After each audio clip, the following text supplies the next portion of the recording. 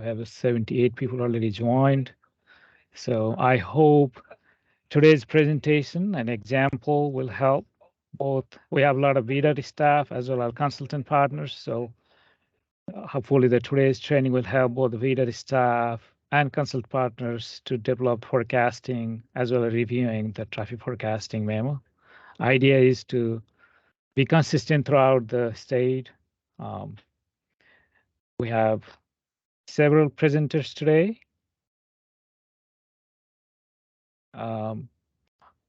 We have some TMPD staff presenting today.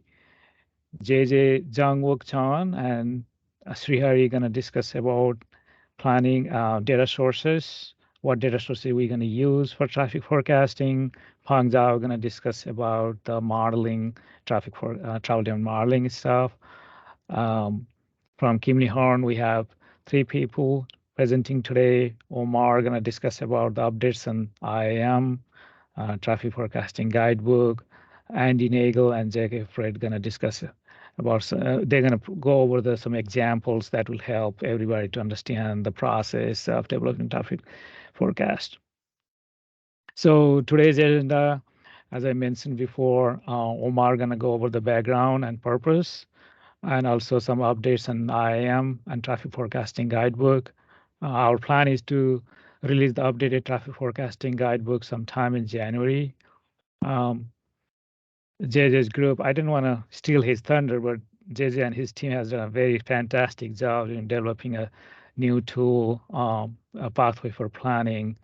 I believe that the tool they have developed helped all VDOT staff as well as the consultant tremendously in developing the forecasting memo.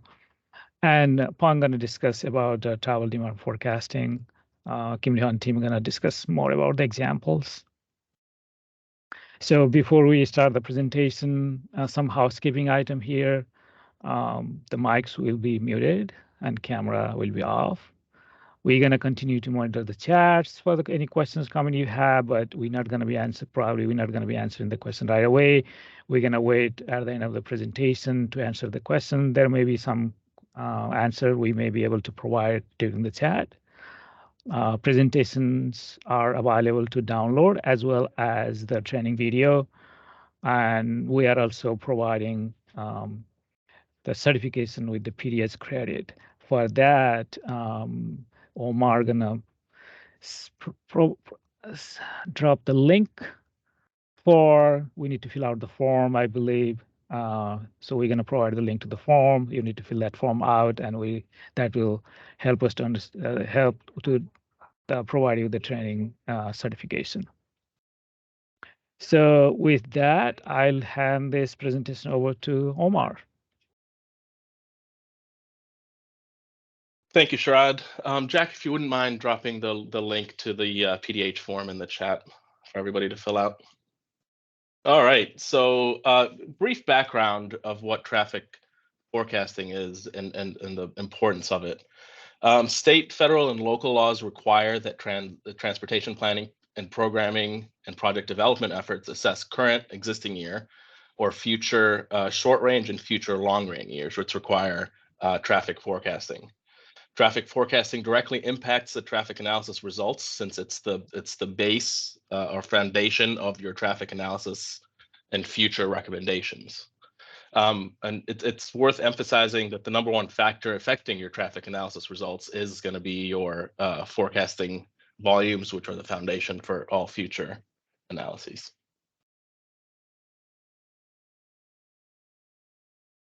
Traffic forecasting is an integral process to project development and is often the basis for decision making during the planning process.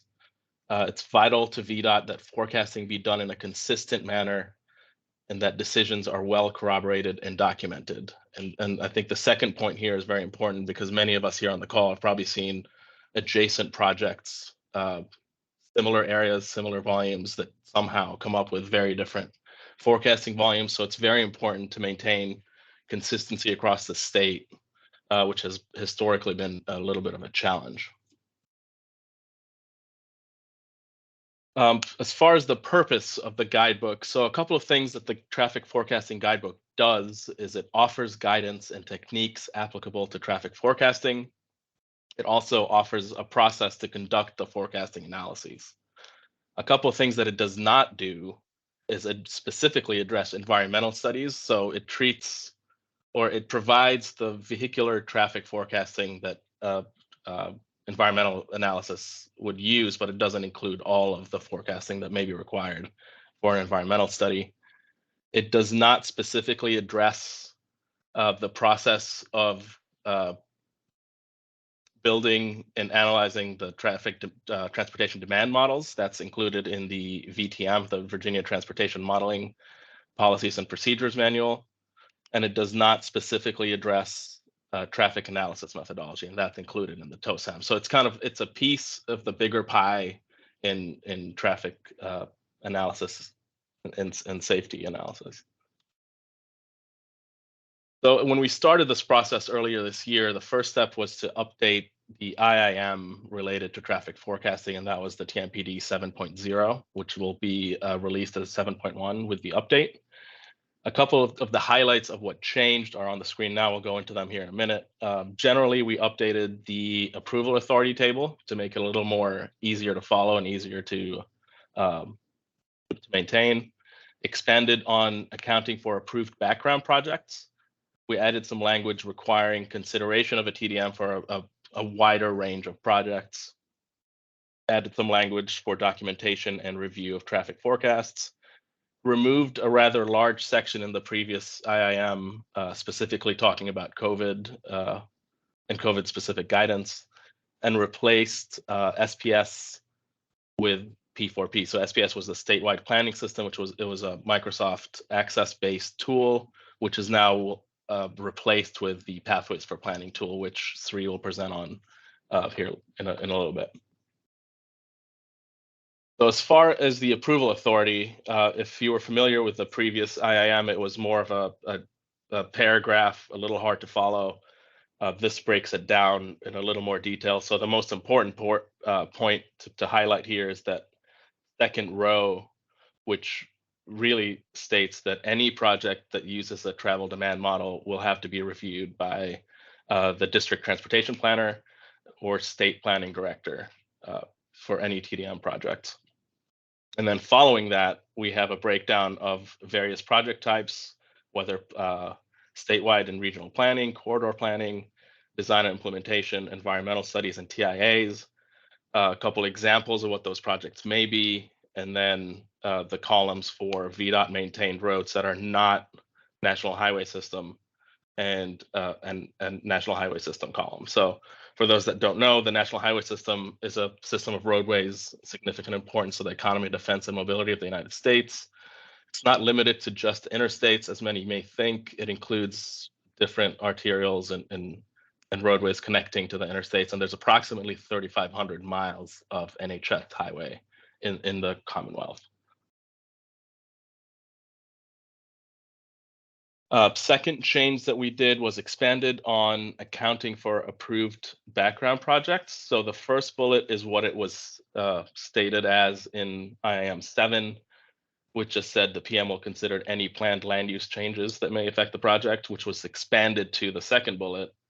The PM or designee should consider any approved and funded but not built infrastructure projects that may affect the project, as well as we added the second sentence, which says if future development is planned and approved in the area, estimated project should be computed using a site-specific trip generation methodology and considered in the forecast. So you'll see this come up in examples later on where there's approved projects that had traffic impact analyses that were not accounted for in the TDMs. So the process of adding those using ITE trip generation methodology to the forecast. The next bullet is added language requiring consideration of a TDM. The previous language stated a travel demand model should be used for complex projects. This was modified to say, if available, a travel demand model shall be considered for large projects. So this is more to emphasize the need to at least consider a travel demand model if available for large projects.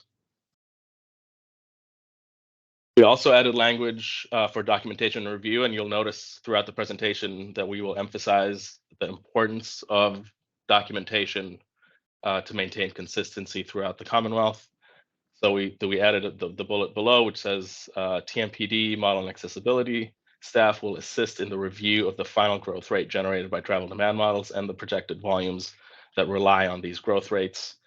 It's the responsibility of the PM and their designee to thoroughly review the final balance project projected volumes.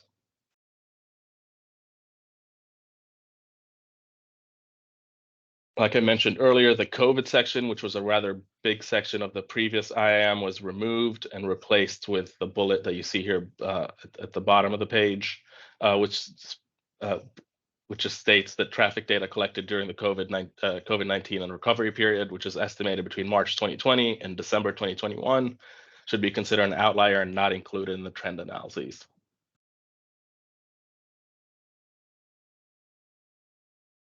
And one of the bigger changes is replacing SPS with P4P, and Sri will go into this in a lot more depth later in the presentation. So the statewide planning system SPS application will no longer be used to access planning data, and it will be replaced by a web-based P4P application. As far as schedule, like Sharad mentioned, the IIM update is in final review and approval, which we expect this month, with the updated traffic forecasting guidebook expected in January of 2024. So as far as the forecasting process, it can be broken down into the 3 bullets you see here. So project scoping would be the first step, data collection would be the middle step, and forecasting and analysis documentation. And we will go in a little more depth in the next slide or two. And then we'll go over some of the project types that typically require traffic forecasting. So the graphic you see here will be in the updated traffic forecasting guidebook, and this is the general traffic forecasting process. Zooming in to the first 4 steps, the initial step would be to determine your forecast year. Step 2 is to take inventory of what available data is in the study area. So whether that's a travel demand model or a sub-area model, historical ADTs, growth rates from relevant and previously approved studies in the area, or previously collected turning movement counts, which would allow us to do a trend analysis between multiple years at the same intersection. Step 3 would be to document approved land use or infrastructure projects in the vicinity of the study. So that's to review any planned projects in the area. So adjacent projects could be the source of additional future volumes and travel changes. Should be identified in the project scoping meeting early on.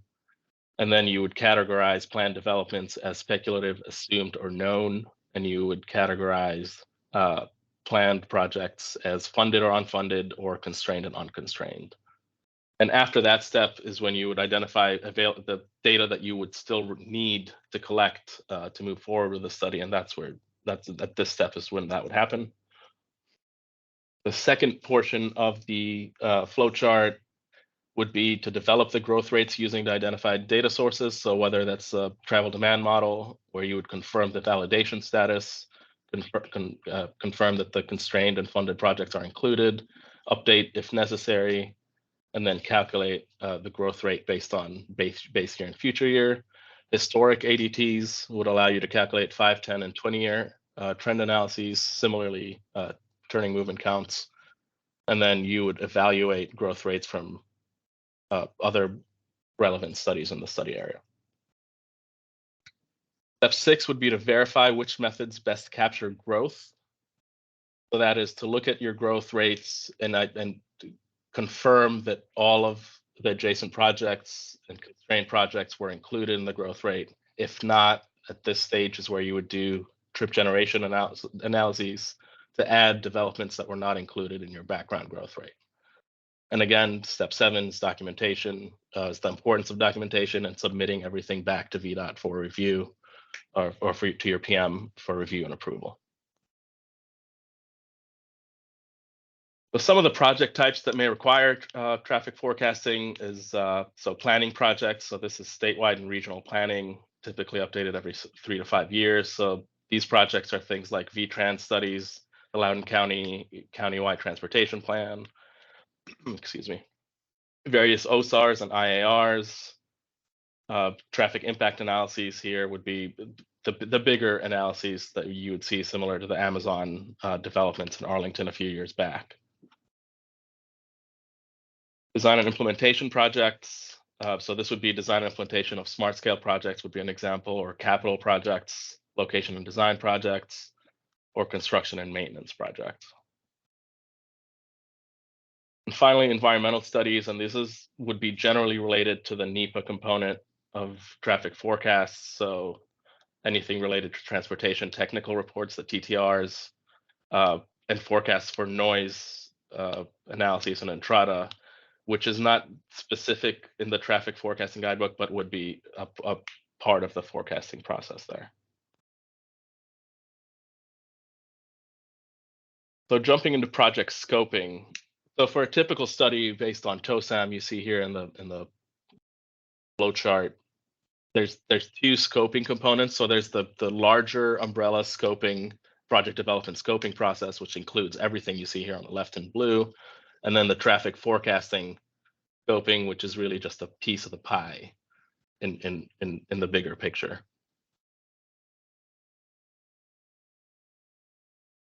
The things to consider in the scoping process is the project type and requirements for reporting, applicable policies, traffic forecasts from other studies, data availability and identification of outliers, availability and sustainability of a travel demand model, forecast years, and approved land use and infrastructure projects in the vicinity. And it's critical at this stage to include the right people at the scoping meeting. So getting the right people in the room to make the decisions early on in the process so it doesn't peek its head later on in the process. Typical forecast year analysis scenarios, these are terms that are used frequently in the guidebook. So horizon year is going to be your future year for future traffic analyses. Your base year is also your existing year, which is the starting point for the traffic forecast. Your no build year is the future year without any changes to infrastructure or travel patterns. It will just be the applied growth. And then your build year would be essentially your build year with capacity and network changes and changes in traffic demand, whether it's redistribution of traffic on the network or the addition of traffic based on a land use project. The table here on the right has the typical forecast horizon years, and it's worth mentioning here that we typically use the advertisement plus 22 years based on US code, which requires the analysis of 20 years after approval, which in Virginia is based on the 20 years plus the 2 years for advertisement.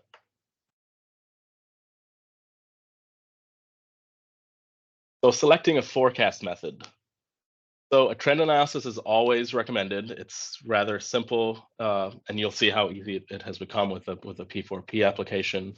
And also a travel demand model is recommended if available and if validated. So projects are characterized by their impact to the surrounding area and their size and the general growth in the study area that they are in. So regardless of the size or type of the project, varying degrees of impact can occur on the existing network. So it's not one specific component of a project that decides if it's worth reviewing or including a TDM in the analysis.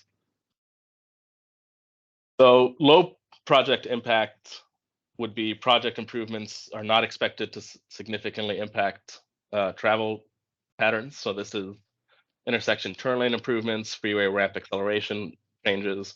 So those types of projects wouldn't specifically require the review of a TDM.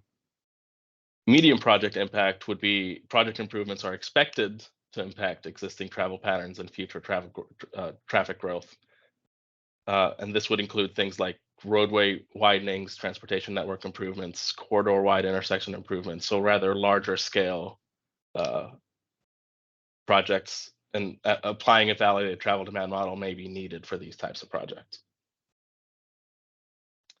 So high project impact would be project improvements are expected to significantly change existing travel patterns. And projects include corridor improvements that affect both mainline capacity and interchange access, and high capacity or high quality transit projects. So in this case, a travel demand model is recommended to be used.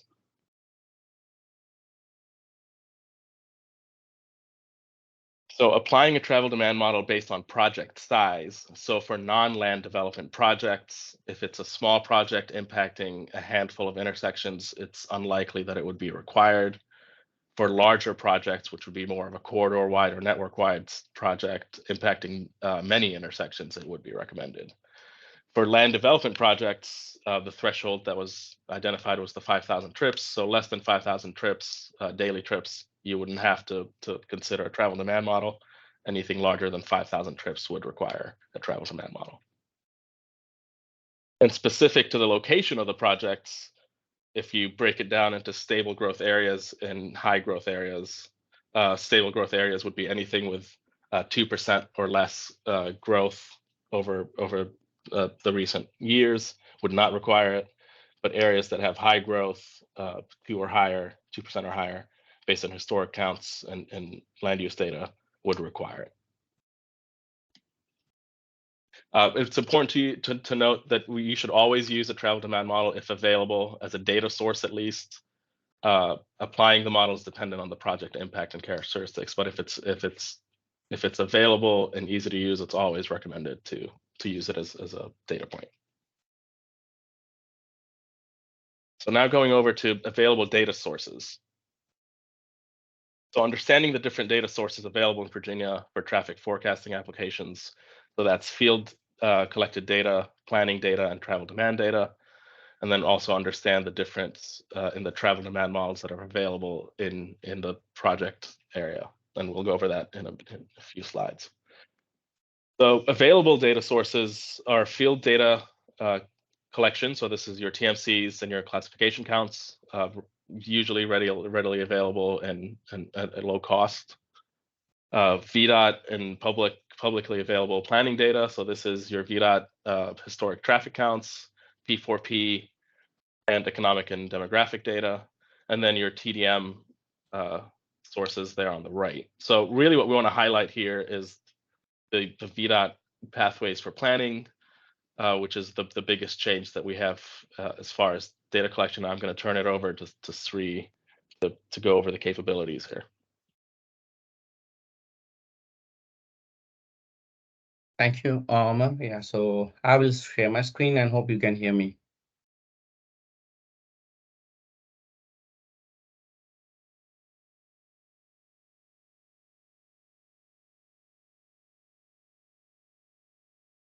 So I hope you can see my screen. Yes, and we can hear Okay. you. Okay. Yep. Thank you. So yeah, so we just as Omar discussed previously, so we just transitioning from our historic our legacy SPS from to the new P4P web-based application. So I'll just go through it's kind of a demo, and also we could discuss what exactly the difference from legacy SPS, and also what changed from legacy to the new P4P in terms of forecasting and other methodology. So I think some of you are already familiar with the SPS application, and or are familiar with the SPS system within our VDOT. So in that case, for them it will be a transitioning from old to new. And if not familiar, then P4P is kind of a new web-based application which probably won't cause any confusion when compared to old legacy SPS and the application and the data. So we just quickly go through an overview. So hope that will reduce the confusion, when terms transitioning from legacy SPA to the new P4P application. So the SPS stands for Statewide Planning System. It was designed around 15-20 years and still it exists in TMPD. So it has two components. One is one is an application which is MS access based application, which we are going to retire soon, and From the data standpoint, we still have the statewide planning system database. So it is TMPD own database, which will be having all the traffic related data. And you historically, some of might you already are using those tables for directly connecting from your application through the internal VDOT network, or directly accessing from the database. So in that case, just reach out to us. We can guide to we can guide to get the new tables and the new data after the transition. And for the application side, so now we have the P4P, stands for Pathways for Planning, is a web-based application which we try to replicate most of the important tools within the legacy SPS to a web-based application. So it will be more interactive, and we don't need to worry about installing individual machines, or whenever you get a new machine or refreshing the operating system, you don't need to worry about accessing a request for new SPS. And also, you don't need to be in a VDOT network to access it. And we need to be very clear that though we're saying SPS, the MS Access application is going to retire, the SPS database will be stay, and that will be still our official database, so which will be able to access to everyone. I mean, within the VDOT network. And apart from that, the new network. So in legacy SPS, we were using our SPS own network, which is based on VDOT official LRS network. However, we segmented it based on different criteria. So if the speed limit changed, or if the jurisdiction changed, or if number of lanes changed, we segment it. So that was our legacy SPS, and now which is around 24,000 segments, which is only prime directional. And for the new RNS Edge network, which we are going to use for the P4P, it is still based on VDOT official LRS network, but we will be having all direction, including the overlap. So which means like if you have northbound, southbound, and you will be able to get all the traffic for the both direction, and including the overlap routes. And from 24,000 segments, and now we have 670,000 segments now. And you'll be able to access everything from the P4P application. And and as we already emphasized, replacing SPS with P4P means we are replacing only the MS Access tools, and the database still exists, which we'll be going to maintain it with the new data set. Okay, so if anybody wants the new data, for example, then the planning table, the existing SPS planning table may be going to replace with a new data set, so which you can reach out to us so we can help you to identify the correct table. And hereafter, we will not be able to maintain the legacy SPS MSX application. So we encourage everyone to use the P4P application going forward.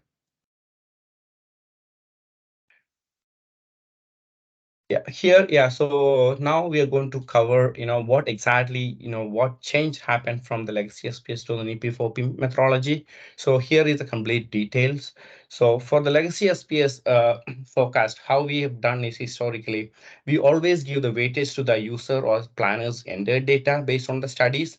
So first we check whether if any particular, for that particular segment, is any existing studies available, then use that. If it is not available, then we use historical data, and then based on the trend line, we find the growth rate. However, if the growth rate is less than, if it is a negative, so we apply a 0.5% of minimal growth rate. And if the actual growth rate is positive, and if it is greater than 0.5, then we use the actual growth rate based on the historical trend, the actual growth rate we get from the historical trend line. And if the number of samples for the particular segment is less than 3, then we applied a nominal growth rate 1.5%. Okay, and so that is, it's all set based on the way it was set from the initial SPS design standpoint from the 15-20 years. If you think about that way, so that's how the legacy SPS the process has been established. And we often load the data only once in a year. So the challenge was the legacy SPS. If traffic engineering went and update the historic data, like if they found some particular segment, the traffic was the ADT was wrong for a couple of years old, so they're gonna go and update it. However, the legacy SPS don't have an option to accommodate that changes because we already loaded the data for that year. So that that over time it may create some issues within the data. So so that's the main reason we decided to move ahead with the new, the new design and the new application, which we can overcome most of these, issues. And the new methodology, we just completely relying on the historic trends. We are not using, any studies or any planners and their data, because as of now, we really don't have any newly entered data in SPS. It's all like 2015 and older. So it doesn't make any sense to use, very old studies for the current, if any studies which we are doing right now. So we completely eliminated that. So it's purely based on historic trends. And the trend data we are now using is from the TMS, which is the traffic management system, the traffic monitoring system, which they established in 1997. And so now we are getting only the data from the 1997 and the newer for our trend analysis. And if the trend line is negative, then we applied a zero point 0.5 minimal growth rate. And if it is actual growth, so if it is not negative, then what we're going to do is we just apply the growth rate we established from the trend line. And if the sample size is less than 3 for the particular segment, like if we don't have enough data to, to apply the trend line, then we applied minimal growth rate of 0.5. So however, we applied 0.5, it doesn't mean you need to use that 0.5 always. The P4P will still allow to visualize, the actual growth rate, whether it's a negative or it's an extreme high growth rate. You will be having a very clear-cut instructions in the application, which give the growth rate we applied and what exactly the nodes. Like if it seems extreme, we are going to show that. And if it is a negative trend line, we are going to show that. So, and also we'll be giving the actual growth rate, whether it's a high or if it's a negative growth rate. So you can, you can visualize it and you can come up with a decision based on that. And one more thing which we need to point out that as right now we are not using any user entered or any growth rate based on the studies, but however in the future we'll be having an option in P4P to the user can enter, or they can, they can update any studies they found. They can enter it and they can visualize it as well. If anyone is entered one studies for the segment within the application, you will be able to see that. So that way you will be able to compare the actual growth rate, the minimal growth rate, and the studies based on the growth rate, and you can, take a decision accordingly. Now moving towards the application. So if you want anyone, I hope most of them are familiar. If it is not, you can access to the v.p4p.com, and there is there you can have in the login in the homepage, you will be having a contact us option, which you can request access. So that will, send an email to you. Once we approve it, you will be getting an email which you can set username and password. And for the access to resources, you have two options within the P4P, which we are going to go through it in detail. So one is within the view module. So the view module, and second is from the traffic forecast analysis tools. So the view module is, it's called like a P4P. It's like we each tools we, separated based on the modules. So you'll be able to see that, on the top in the menu, you can see the view, and also you can see analyze. So if you're not able to see any of those tools for you when you log in, so you can see that there is a gear icon on the right corner. So you'll be able to click on it and you can see, you can see all the available options for you, and you can check and you can apply. So that will be applied, that will be able to view within the top menu.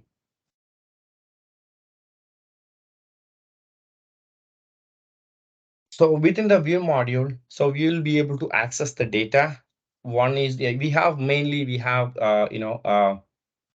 free data source available right now. In the future, we're going to add more, so which we'll be able to update that in that case. So right now, we'll be having able to all the ADT layers and also traffic forecast and the traffic history.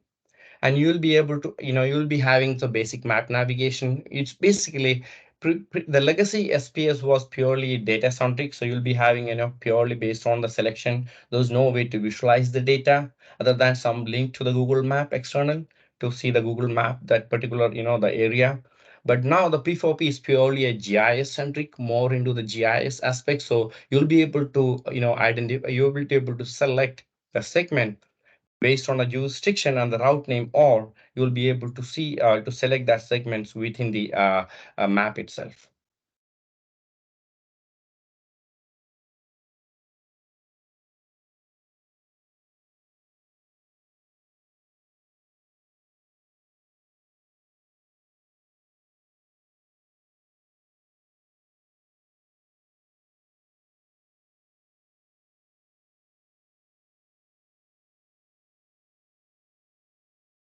So I've switch to the application. So this is the P4P login page. And here you will be able to see the contact us, which you can fill the information and you can submit. That way you will be able to access the application.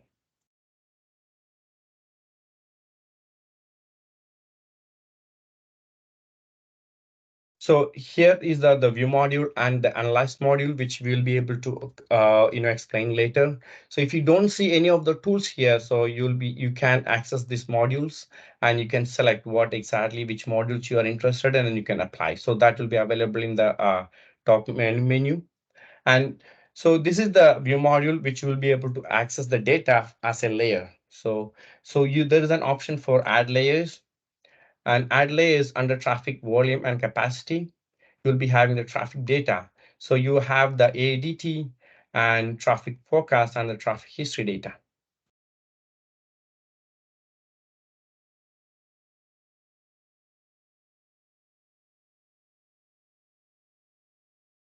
It takes some time because we have around 700,000 segments.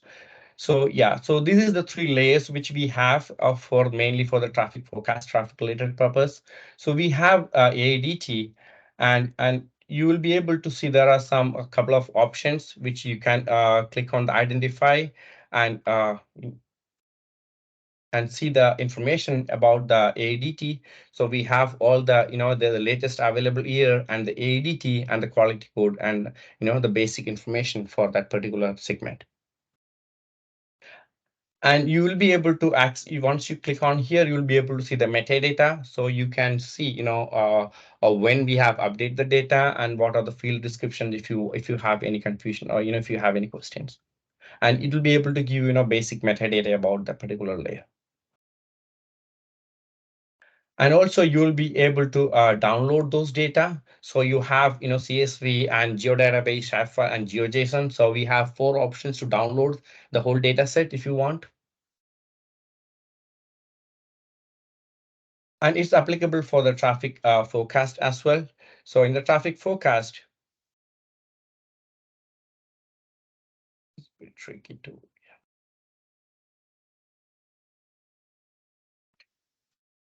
You'll be able to see all the ADT and the history, all the forecast and all the growth rate information based on the rules we already discussed it. So you'll be having a complete details about the ADT and the growth rate, and based on whether it's an actual or whether it's a minimal growth rate. The growth rate nodes will be give you the option, and also you will be having the statistics details about how much count we have and what are the errors and standard deviation, etc. And also by default, we'll be giving the forecast for 2030, 35, 40, and 45 based on the historic data, and also 2050 as a horizon year.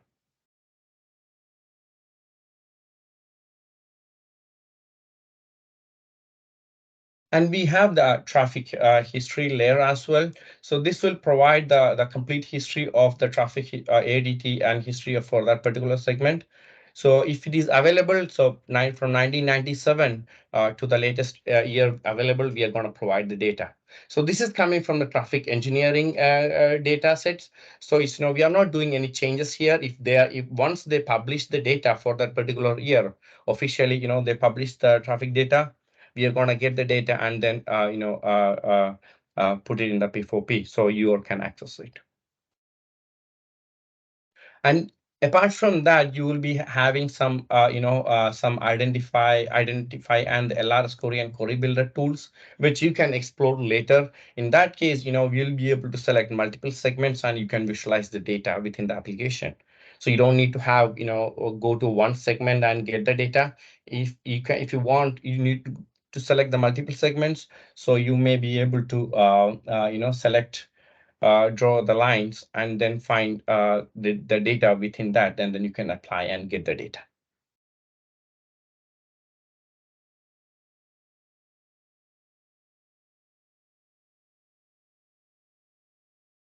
Now move on to the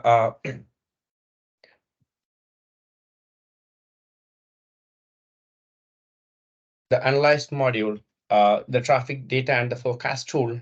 So this is the new tool which we have developed. So in this tool, we'll be able to select a segment from the map or based on the jurisdiction on the route name, and you will be able to do the complete analysis for that segment. So you will be having set of tools which you can enter the information, or you can select from the map, and you can see all the segments within that in the left panel. And if you're clicking on that particular segment and the left tile, you'll be able to see that the which segments we have selected, and this is the whole segment which the whole route based on the jurisdiction and the route name, and this is the segment which we have selected. So you'll be able to see the whole data, and you can do the analysis for that segment.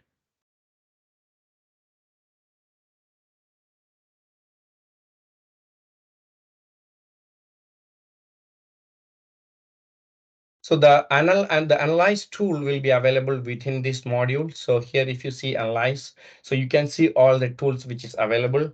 And these two are based on our legacy data, which we are not actively maintaining it. It will be same as the legacy SPS data. So if you choose the legacy SPS MS application, and if you compare with this data, you'll be able to get the similar results. But we strongly encourage to use the new tools which is we actively maintain, and this is our the new going forward, this will be our official data source for the forecast and the traffic data. So in the future, you'll be having more tools available here. This is called our analyze module dashboard. So here, as of now, we have two tools. One is for the traffic forecast uh, analysis data, and the second one is for inventory analysis, which gives you the all the basic inventory data of that particular segment. So once you go to from the dashboard, you will be able to access the tool, or once you are within that tool, so you'll be able to switch between which type if you want. So instead of going from back and forth, go to dashboard and go to inventory tool, you'll be able to access the tools within the drop down on the top. So you can choose if I want to do the traffic data, or if I want to do the inventory analysis, you can do that. So now we mainly, concentrate on the traffic forecast data, which, right now we are looking into the traffic forecast analysis. And you will be in this, it is kind of a similar with the legacy SPS, in terms of the initial. So we start with selecting a jurisdiction, and then you will be able to see all the route name within that jurisdiction.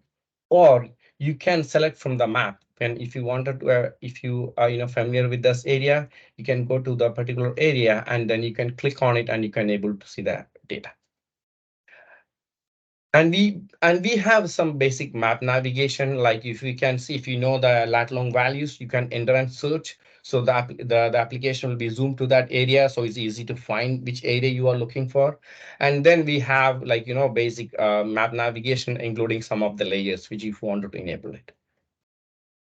And also, if you want satellite imagery instead of streets, then you have an option as well.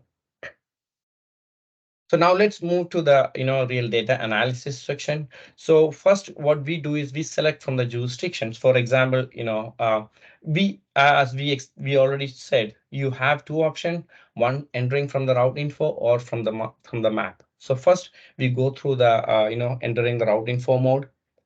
So you can select which jurisdiction you want. So it's a searchable one. So you can find from the drop down, or you can search. So just find which jurisdiction you want. And then it's the same thing. It will be allowed to see, or you'll be able to see all the routes within the jurisdiction, or you can just type which route if you want, and you can select that. And you will be able to see the start and end miles point for that particular segment within the jurisdiction. And if you really wanted to filter out, like based on if I wanted to see a segment between 81 and 82, or 83, then you have an option. So the whole the results will be filtered based on that. Or if you wanted to restore it to the default value, so you can have the restore to default value as well. And you will be able to see all the segments within that route. And you can see the route has been highlighted. And the moment you click on that segment, the small segment within the route, you can see all the traffic data and the trend analysis. And here you have a two options. So in the top corner, you can minimize completely, or you can, keep it the halfway. So that way you can see as a, hybrid approach. So you can see the map and you can also see the data as well. In that way, you can just, so you'll be able to see the routes highlighted and the one which is selected at this time. So it's the same color schema. So you'll be able to identify that. And you can see, you can go through it each segment. So you can see the selection has been keep changing it, and the results is reflecting here.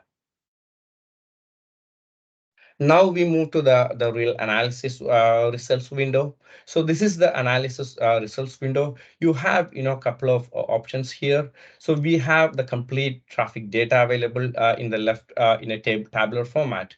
And we have an option for the outliers as well. So if you wanted to select, by default 2020 and 21 we consider as a pandemic data.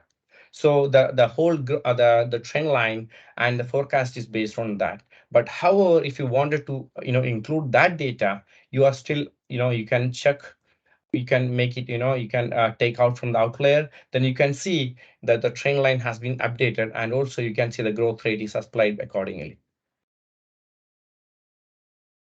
And it's applicable for other years as well. So if you wanted to, when you look into the traffic historic data, you found, okay, 1997 is really is unreasonable. So if you wanted to make it as an outlier, you can still make it as an outlier, and you can see the growth rate has been applied accordingly. And the same has been changed across the board. You will be able to see the ADT for the 2030, 35, 40, and 45, and also VPH as well from the K factor. And there are more options here by select fields. You'll be able to see the all the information here. So it's not only the 4-5 fields, you're having all the information available here, including all the vehicle factors and all the the care factor and D factor and everything, and AWDT and quality as well. So once you apply, you will be able to see all the data here. And whenever you see this icon, so you can see about the info. So what exactly the quality code refers to. So it is applicable for all the ADT and AWDT and heavy vehicle classification quality as well. And at the same way here, we have another option to see the jurisdiction information, what exactly the the detailed information about that particular jurisdiction as well. And back to the analysis. So you will be able to see all the, all the ADT year and the link ID and all the factors, or, whatever the information we have, you can select from here. And you can select whether we need to be include or exclude from your analysis. And the same has been reflected across the board. So you can see the growth rate is 1.25, and you can see that note applied growth rate based on the trend. And at the same way, like if you select more, you will be able to see the changes has been applicable for everyone. Yeah, see, once we do the more changes, you can see the notes has been changed accordingly. So now we applied the minimal growth rate. So we can see that the actual growth rate is less than minimum recommended, which is the 0.5. So we applied a minimal growth rate. However, we still can see the actual growth rate is, which is 0.36%. If you want, you can apply that based on your, it's based on this your or the studies, or based on the PM's decision based on that. And you'll be able to see the same thing, like what exactly how the trend line we establish it, the basic equation can be visualized here, and it will change accordingly based on your selection as well. And we have a couple of tools in the right side. One is you'll be able to see the statistics for that, and it is real time. So if any changes you made, you will be able to see that the whole status has been updated based on that. So it will help you to find to get a concrete decision for based on that. And apart from that, you have a forecast calculator. It's a basically simple forecast calculator.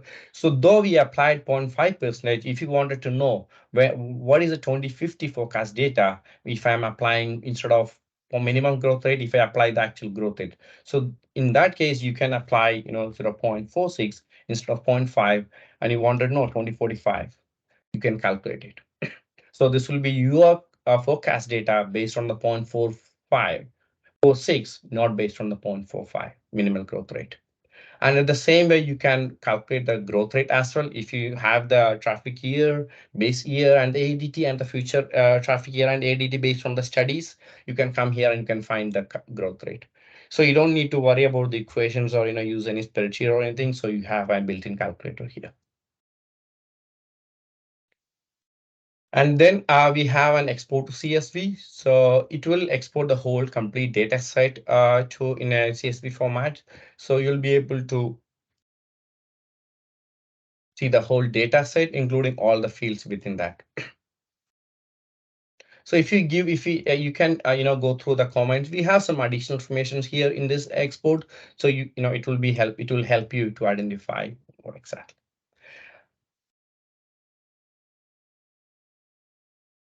And another option is the select route from the map. So it's the same, exactly the same way. So you go to the area of interest and select this option and click the map.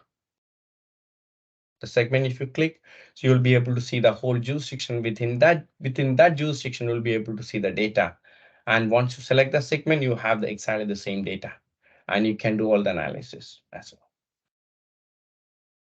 So if you see any changes you've done, it's changing across the board, and you can use, if you don't want to use, you can use the calculator to find your own values based on the, the growth rate or the value, whether minimum or the actual growth rate you wanted to apply.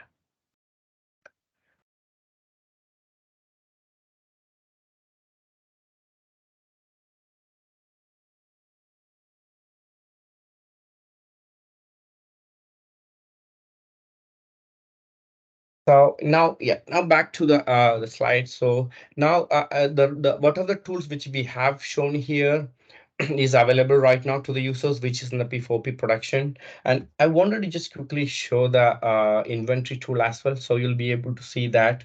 So if you wanted to have the basic travelway inventory data, you have the tools available right now. It's exactly the same thing, but we are continuously improving. So we'll be having the same functionality as in the forecast tool here as well in the future.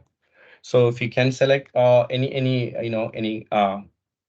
jurisdiction, and you can select particular route name, and you can see the same thing. You will be able to see all the information about that particular segment, all the travel way and the geometric information, which you can export to CSV as well. So this, as we say, you'll be able to see some minor changes in the future because we are continuously working on it and improving, and also we are able to getting the feedback from the users so that we can keep improving our tool.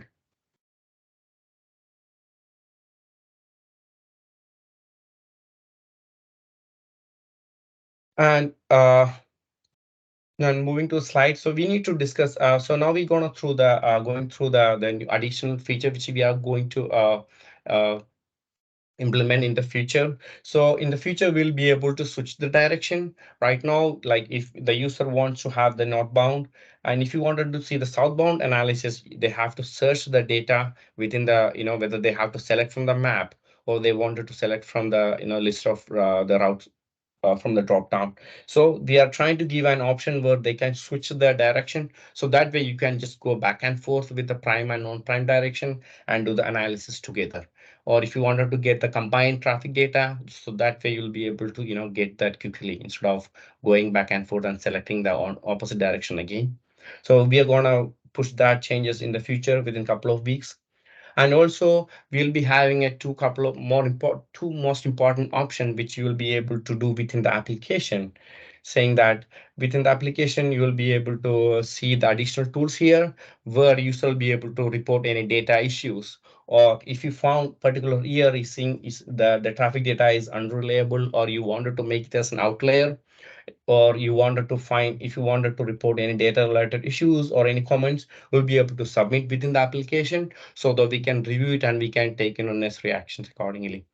Along with that, you will be able to add any studies for the segment. So if you have a growth rate based on your studies, so we'll be able to enter that information.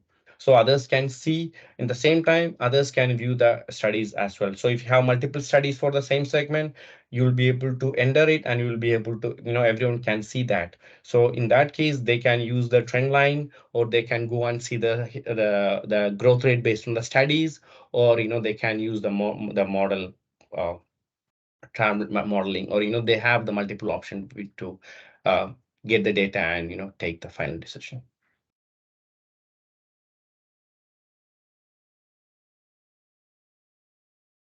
And the one final changes also we are planning to implement is like, as of now, in the historic data, we have the quality code for the latest year.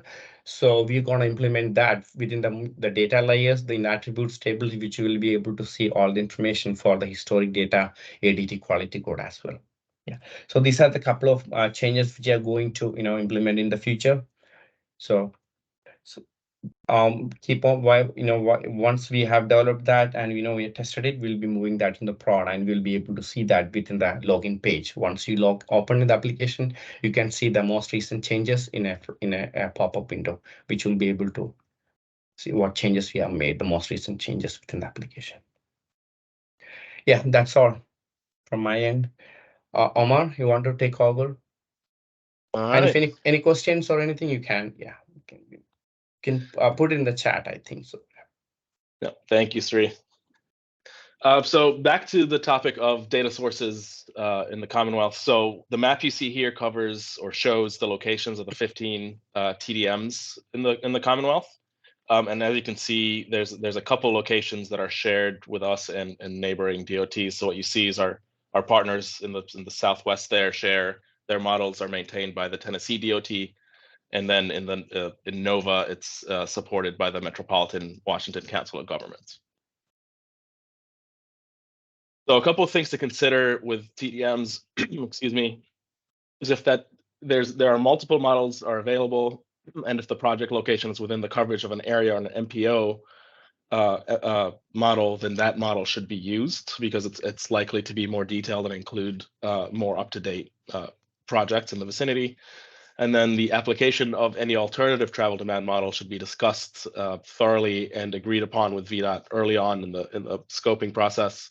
And then justification should include the advantages of applying the alternative travel demand model to what's available. So now jumping over to analysis and documentation. So we're going to go over forecasting using trend analyses, the Freitar technique, and trip generation methodology, as well as trend forecasting using the TDM. So forecasting using trend analysis is the process for developing traffic growth based on available data, such as historic counts or travel demand outputs. There are three types that are generally used, with the linear being the recommended one, but if in special cases, you can apply the exponential or the declining growth to your data. So looking at the curve here on the left of the screen, exponential data is based on a percentage from the previous year. So it assumes that growth will continuously increase as a percentage. Linear growth rate assumes constant growth year over year, and this is the recommended technique, which is likely applicable in most cases. And then declining growth assumes growth tapers off due to land use approaching built-out conditions or travel demand approaching or exceeding roadway capacity. So for applying exponential or declining, it's recommended to provide documentation justifying why you would not be applying the linear growth rate. So some considerations for historical trend analyses is the expected population or economic growth of the area and the overall average growth rate for all roadways in the jurisdiction should be considered. So if you're looking at a specific segment that for some reason is exceptionally higher or lower than the surrounding area, you should also consider the area it's in. Things like that may be due to a development coming online nearby or a roadway connection that happened to come live recently that results in a spike. Like Sri mentioned, when a trend analysis produces minimal or negative growth rates, you should apply a 0.5%. And growth rate calculations should be documented to describe the selected trend. So also when calculating growth trends, if the resulting growth is exceptionally high, there should also be some documentation and justification as to why it would or would not be applicable to the study area. Additionally, it's recommended to use 10 years of available data to kind of average out any spikes or quick declines in the volumes. Consider longer time frames and select a range of years that are appropriate for the analysis. And counts during major recessions or pandemics should be excluded from the extrapolation of growth trends. So like Sri showed, you would pull your available data from P4P, and obviously that the highlighted box, you can scroll down to get data as far back as 1997, I believe. You would apply your growth rate to existing link volumes to forecast future volumes, and if future developments are planned in the area, then you would apply trip generation to supplement your growth that you captured from the trend analyses.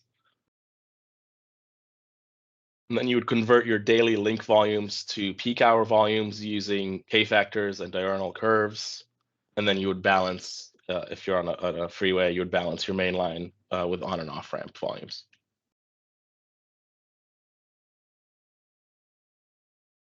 Freight to R technique is used to develop turning movements where growth rates are different for different legs of an intersection. So it applies a unique growth rate on all approaches and departure links while still considering proportions from existing turning movements.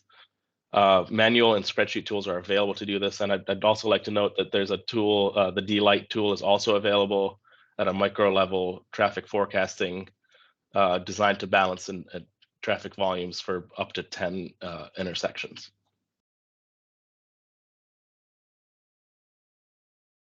The ITE trip generation methodology. So this is more often seen for TIAs, obviously. ITE trip generation manual provides trip rates and equations for various land uses and time periods. So you would apply it to a land use to come up with estimated trips. So the typical analysis process would look like what you see on the screen here. Would be the background information, analysis of existing conditions, then analysis of future conditions without development, which is typically called no build, which just applies trend analyses or trend growth. And then you would add to that trip generation, site traffic distribution, and assignment to come up with the full build analysis conditions. So now I would turn it over to Peng to talk about the implementation of TDM models and forecasting. Thank you, Omar. So how can I transfer the control to here?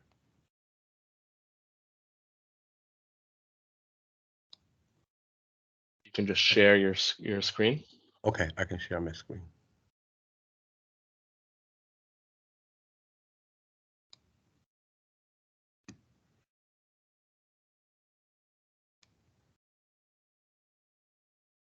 Can you see my screen?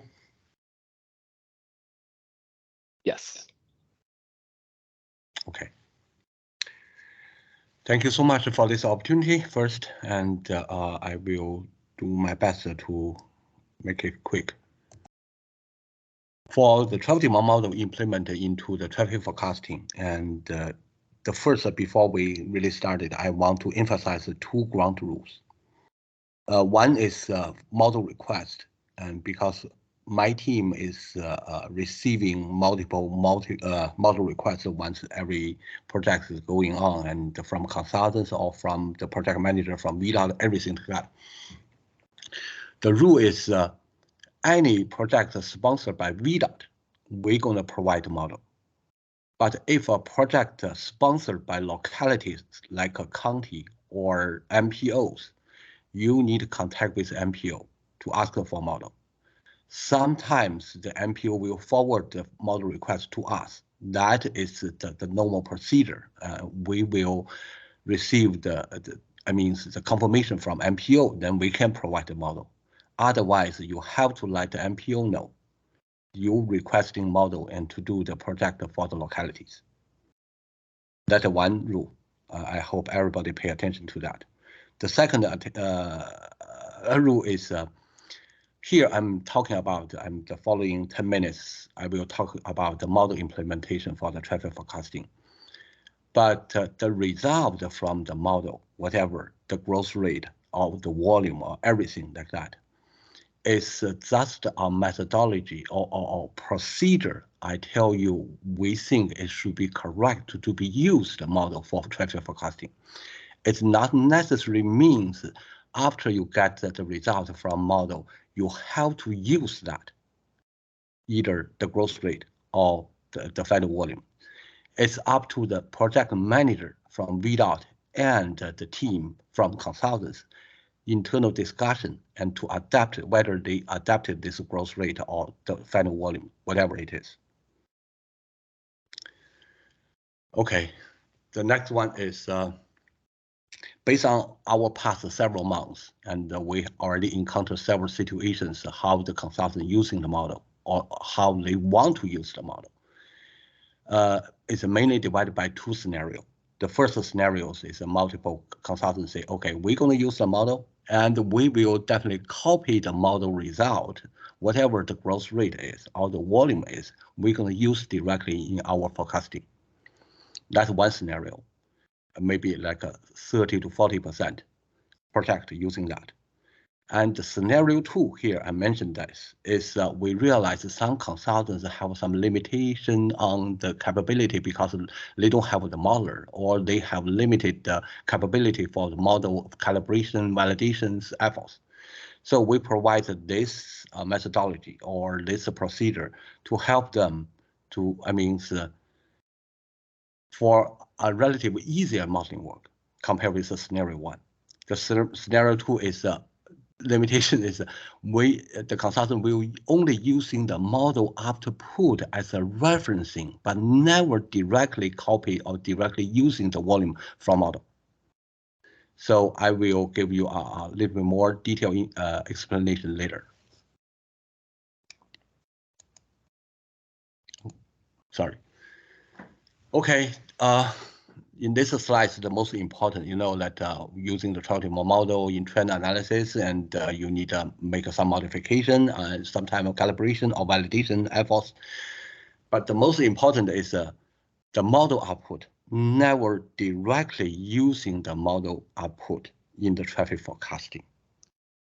And because even traditionally we call the validated model in a region model or statewide model, it's meaning the whole model area instead of any specific study area.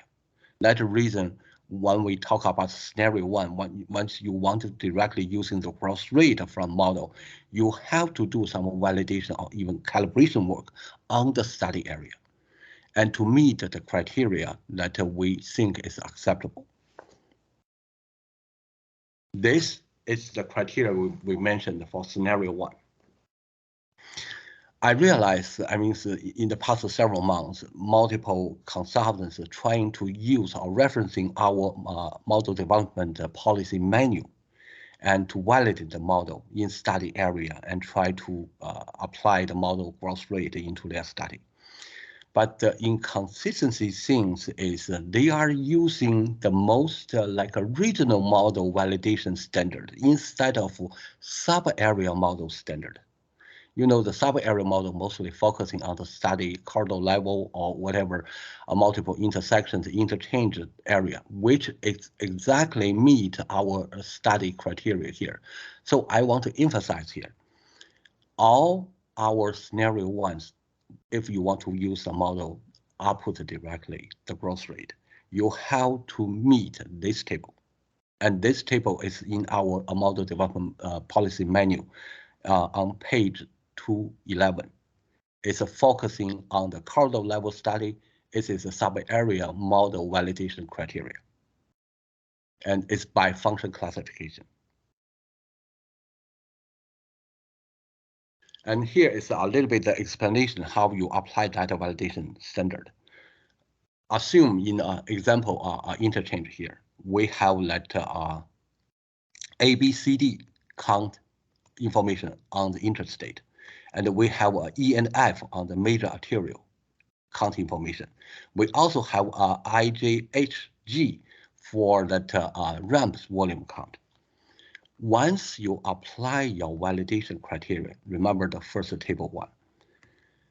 Sometimes, if you're lucky, your validation is exactly for A, B, C, D individual location, you can meet that criteria. Then you can apply that growth rate into your study, directly copy A, B, C, D. Whatever the A tell you and B tell you individually, you can apply that growth rate. But frequently, because our validation table require only based on the classifications, function classifications, you're gonna find, okay, my individual A point or B point cannot meet like the positive, negative 6 or 7% criteria. But if I add them up, A, D add them up, directional, or B, C add them up, directional, that's gonna meet that criteria. That is also acceptable.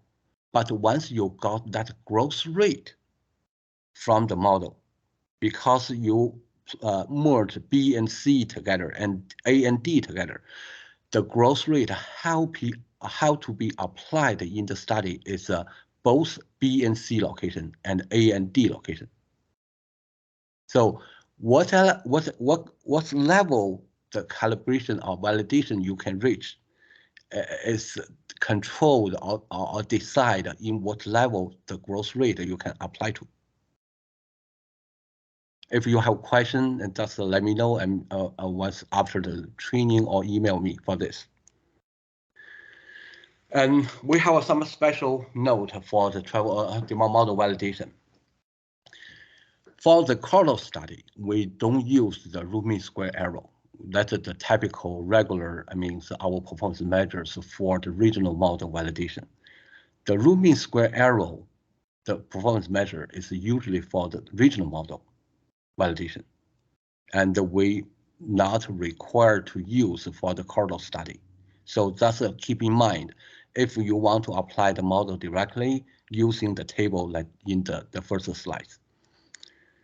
The second is we usually don't accept anything like the ramp volume directly copy or growth rate are applied. Because for all our model in Virginia, including statewide model, regional model, we don't have a ramp volume validation efforts. Except in this study, specific study, you said, okay, I'm going to spend 2 weeks, 3 weeks to validate all the area, including the ramp location. It's up to you. That will be a special case. But if not that case, the ramp volume cannot be used or growth rate cannot be directly copied. And also similar for model time of day period.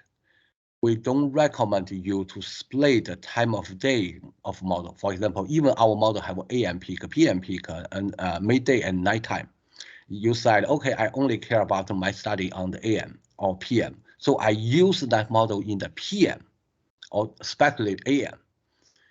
The precondition or the first thing you need to go back to see whether you have that AM or PM's time period, the traffic count data in your study area, then you can do the validation or calibration efforts to make that happen, just like we mentioned on the table, the first table. If not, our our statewide and the regional model never have enough data or traffic count support for AM and PM or time of days validation. That's the special note you need to pay attention. And for negative growth rate, just like Omar mentioned, usually in the P4P, we default using 0.5% growth. That's because we're trying to make a positive growth for that special area. But in model area, occasionally you're gonna find, yes, it's a negative. And sometimes it's even so high negative. Then I recommend you go back to the land use data and to check what's really happened on that area. And specifically for the most rural area in Virginia, some locations is typical negative growth. Even from the historical count, it's negative growth. If you just referencing both the P4P data, historical trend, and also the modeling file, you see the negative growth. Go back to check the land use and see whether land use data is supporting the assumptions for negative we are not saying you cannot use a negative and to be for the study, at least from modeling perspective. And the last note is, I think Omar also already mentioned a little bit. It's a responsibility since this year from our IAM, new IAM revisement. My team, the modeling and accessibility team, will in charge of review all the growth rate you use in the model and the projection volumes you apply the volume on the study area. But it's a VDOT PM and the consultant PM's, whatever the responsibility, you need to guarantee the final balanced worksheet volume is consistent with the project volume. I assume you understand what I'm talking about. I will give you an example of what I'm talking about later. Okay, for scenario 2, and some consultants like 60% or 50% consultants say, oh, I don't want to use the model, copy the model file. I only using a model just like a P4P of things as a referencing. Then we will make an engineering judgment to make a decision what's the final growth rate for this study area, either by function classification or by corridor level or by area level. It's up to you. I mean, so we, as a modeling team, we don't want to change your decision or impact your PM's responsibility. But here it is. If you want to use a model as only as a referencing, you have to apply the NCHRP 765 procedure, the ratio method and the delta method. Using these two methods, you're gonna get a two side of growth rate. The two side of growth rate will give you a range from model output. And our recommendation is you can look at the range between the minimum growth rate and the maximum growth rate at the same location. Then you can make your engineer judgment. This is our recommendation. We are not forcing you to use this method, just like the scenario 1 method. We are not forcing you to use. But if you want to use a model as a referencing, this is the way to go. And for this scenario, it's going to be a little bit limitation or special requirements. The volume, before you apply the method NCHRP 765, the ratio and delta, you still need to check your validation for existing year or base year from the model for the study area, whether the deviation between your traffic count and your model assignment volume, it should be within a positive or negative 30%. The reason is, obviously, if assignment volume for base year or existing year, the deviation is more than 50 or even 100%, nobody gonna believe the growth rate will be accurate for future.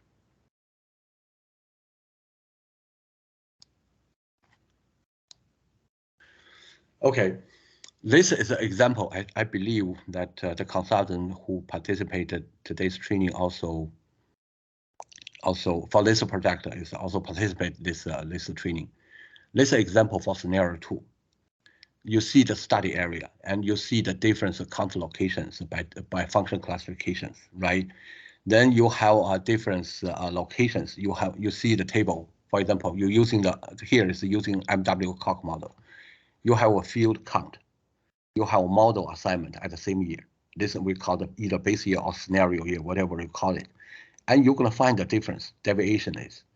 And our requirements is this deviation or differences should be within positive or negative 30%. All these criteria is met.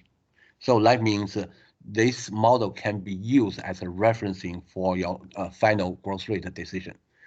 And you have the future years of model assignment.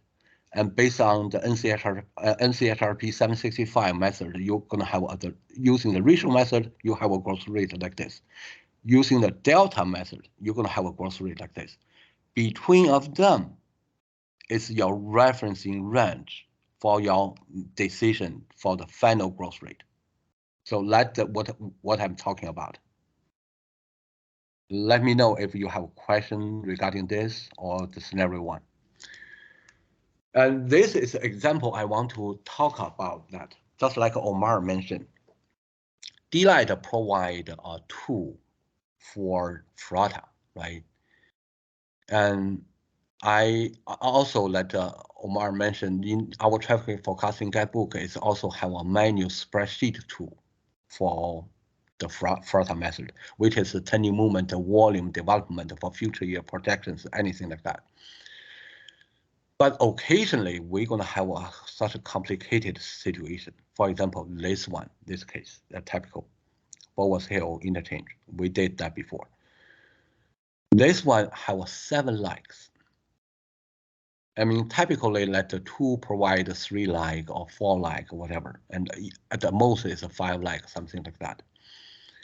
For this case, we're using the modeling tool we develop. Actually, the model, I mean, for our trading model is already available tool, pretty much. In Cube or in both Cube and Transcat, they all provided these tools. It's a so simple procedure. 4 leg means OD table 1, 2, 3, 4, 1, 2, 3, 4.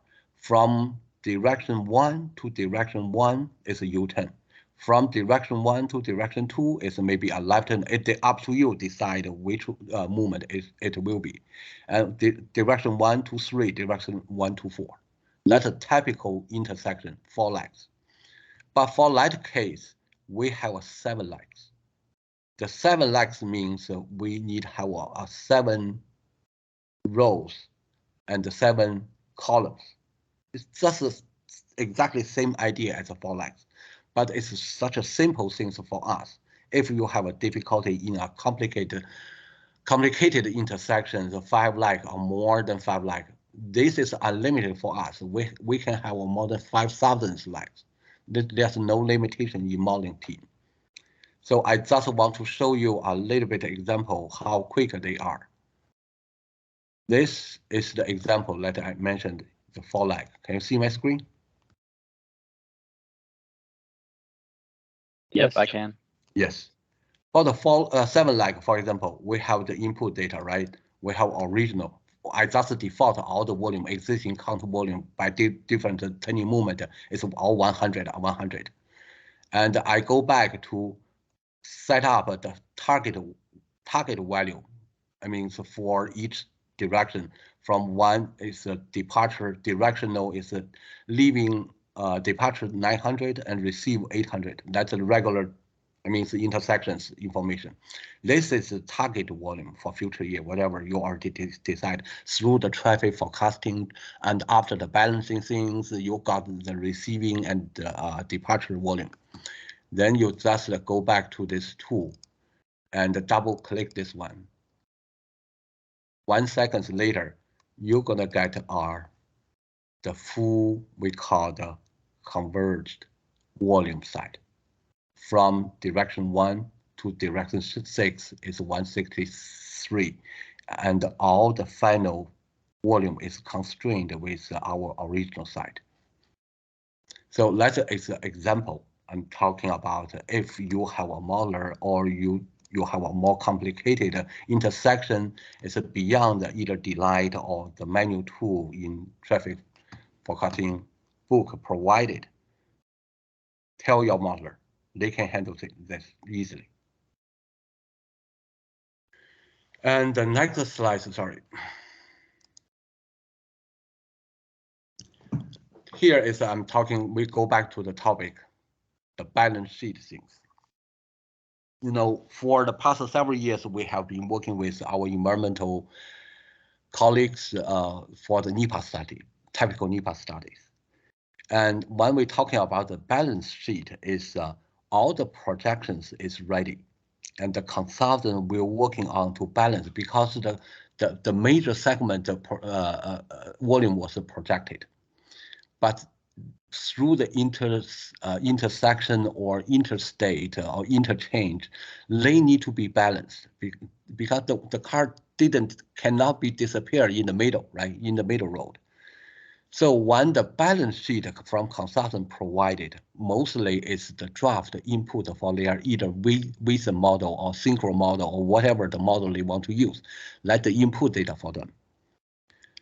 is usually we help them to review and to double check on quality QAQC all the volumes along the corridor and whether this volume is makes sense, is balanced, everything like that. Usually the scenario including existing, future no build, and alternatives, and also split by time of day, daily level, AM, PM peak, or even weekend. And the component including the volume as a major segments consistent with the existing or projection assumption. This is critical because this is guarantee whether whatever the wisdom model analysis result using the input data is consistent with your projections result. And we also check the volume balancing along interstate and major corridors. Volumes inputs in wisdom, synchro, or ACS consistent with the balance sheet. And also, of course, the documentation, the tables, the charts, the figures in the final documentation comparing to the final balance sheet. This is the most significant workload before, but because of the new IAM requirements, my team don't have the capacity or capability to handle more than 20 studies in a year. Usually we typically only have about 2 or 3 NEPA study at most, or some district require help study. So at most 3 studies a year. Now it's until today 17 studies on the table. So we have to decline or let the PM know it's the PM from VDOT. You need to make sure all the final balance sheet volume should be consistent with the documentation, with your projections, and with your wisdom model or synchro model, ACM model, every model's input.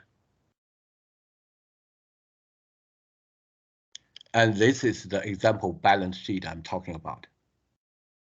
And believe me, it's sometimes for the complicated study, it's more than 100 pages. So, okay, Omar, sorry. Oh, no, don't be. Thank you. Okay, I go back, give the control back to you. Thank you. Here we go. All right, so one last slide before we open it up to questions. Again, it's documentation. So the PM or designee will document the traffic forecasting process, including the procedures and assumptions, base year data, supporting information, data used for the trend analyses, results of meetings, analysis results, and approvals. So all of that documentation should be uploaded to the P4P website for future use and the next phase of the project. So that is the last slide of the first part of the presentation. We can open it up to questions now. I just wanted to emphasize the documentation here at the end.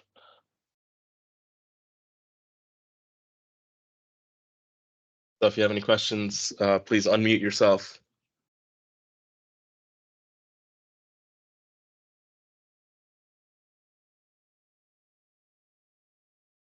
Yeah, I know there's a lot of information here presented, but feel free to ask questions. And after that, we have 5 minutes break, Omar, or we can continue. I don't know. I think we're ahead of schedule, so we can do 5 or 10 minutes. Okay. Yeah, sure. Okay. Well, hopefully, what we have presented so far will help everybody, both VDOT staff as well as consultants. But please feel free to ask. Hey, Sharad, there is one question in the chat.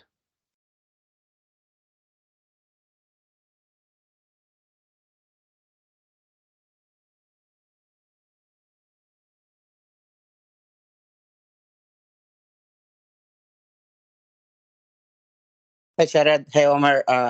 This is Giri Kilim from Nova Planning. So I just wanted to touch on something that I've been noticing in some of the reviews that I've been doing these days.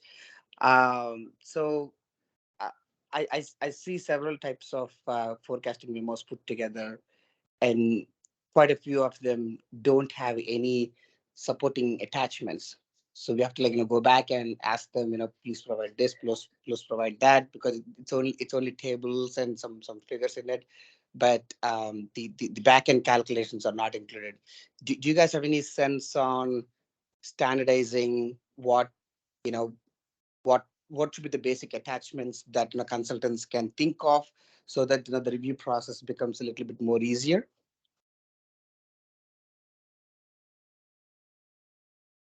Omar, does the example that we're going to present provide you the answers to what Giri is asking?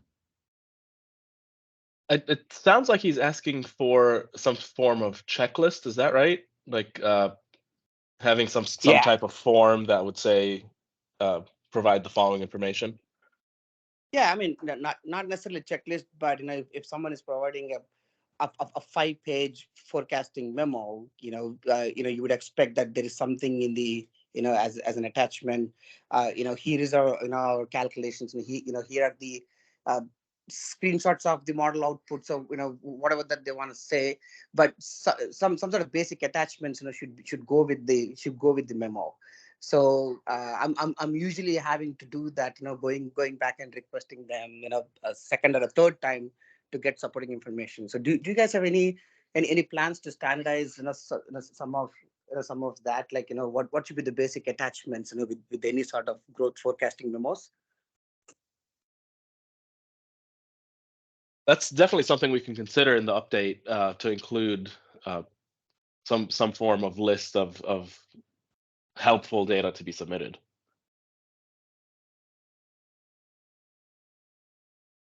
I think our experience across the state is there's a lot of district preference in the amount of detail that's provided. So I think, like what Omar said, I think it would be helpful to have a minimum set of requirements for those attachments. But in some instances, some districts may prefer every supporting spreadsheet under the sun for them to go into and review, but that may not be necessary in all cases.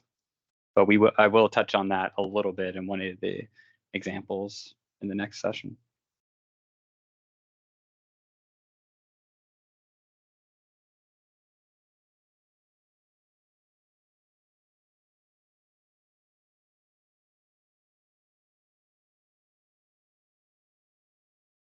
There is a question on chat box. Omar, Andy, do you think, can you take that question? I'm thinking for this question. Sorry, Lisa Peng. Sorry. That's for you. That's for you, Peng. No, not for me, but my personal suggestion. Correct me if I was wrong. I encountered this situation before. Pretty much, it's a typical. I think everybody encountered this situation. It's pretty much like, for example, currently we only have a 3-leg intersection. For the future land use data or land use development, it's going to be 4-leg. So existing traffic count we have, right? We can put into whatever the delight or anything tool, the forecast tool. But the future, there's no lag volume for existing. So my personal suggestion is we just put a 1 there and do the FRITA, whatever. I mean, you have the future forecasting and see what's going on there. Yeah, I think to add to that, Peng, it is location specific. In some instances, that 4th leg, you may have a lot of information related to the land use on that new leg. So you could just develop those forecasts and turning movements based on the trip gen assignment process. But in other instances, if you don't have that much detail, taking the approach from the travel demand model, if one is available, taking those future forecasts and using the FRADAR method, as Peng said, that also may be an appropriate approach as well. Yeah, I agree with you, Andy. It's totally a case by case. If, for example, if it's an exit from a land use data, of course we're going to know what's going to be the future turning movement. The projection is from trip generation or anything like that. But if it's a new connection to a gap of road or something like that, it's extending, it will be need a little bit of study, see what's the volume projection for that futures from that road, right, like that.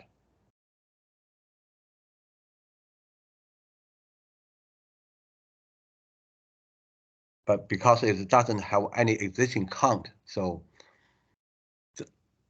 my usually habit is to put a non-zero volume there, like a 10 or 1, and see what's going on and whether the final turning movement makes sense or not.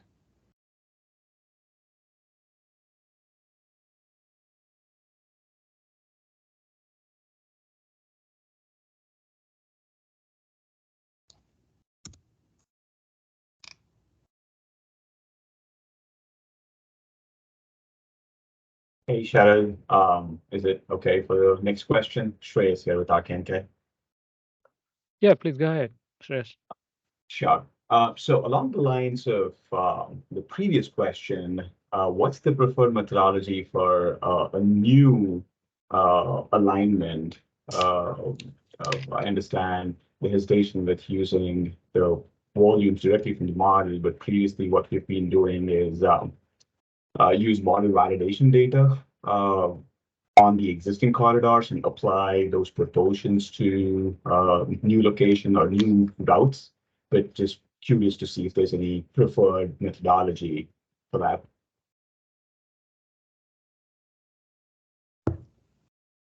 Long is that question for you? Not really, but it's Okay. also a similar question like that. Okay. I think, yeah, you have a new facility that's connected, right? Traditional method or natural thing is, okay, we go back to see what the model tell us.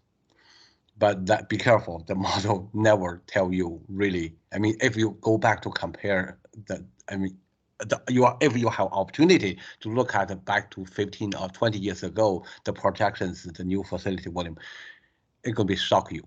Yes, the model volume is never guarantee you. It's even daily level. We call the validation. I mean, efforts. But how to say that? You can use a model volume as a start point. It's not like a final assumption, or you can see how the growth is between of them. What I mean is the model will tell you how much volume or what's the percentage volume really from this, from the existing facility gonna use the new facility, the percentage, volume percentage. And once you apply your final forecasting volume, you apply that percentage into this one.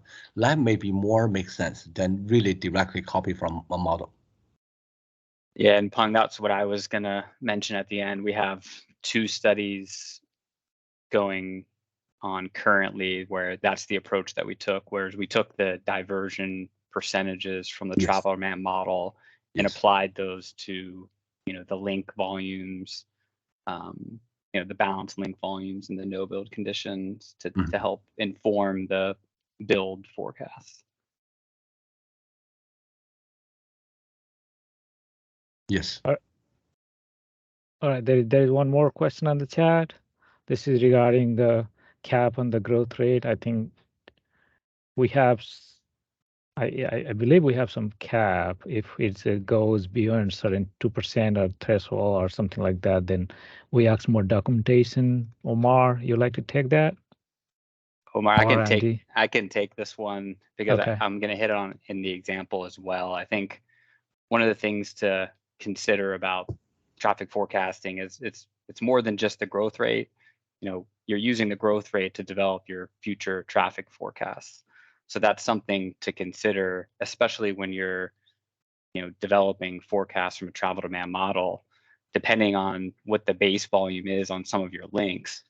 If it's not very well calibrated, or it's off a little bit, or the volume is really low for some reason from the base assignment, you may see some very high growth rates, even though the projected forecast on that link is still pretty low. So, in those instances, I think what Peng hit on when you're validating your travel demand model, I think that's important to consider. But looking at the actual, taking those growth rates, developing your future ADT volumes or your peak hour link volumes, and performing the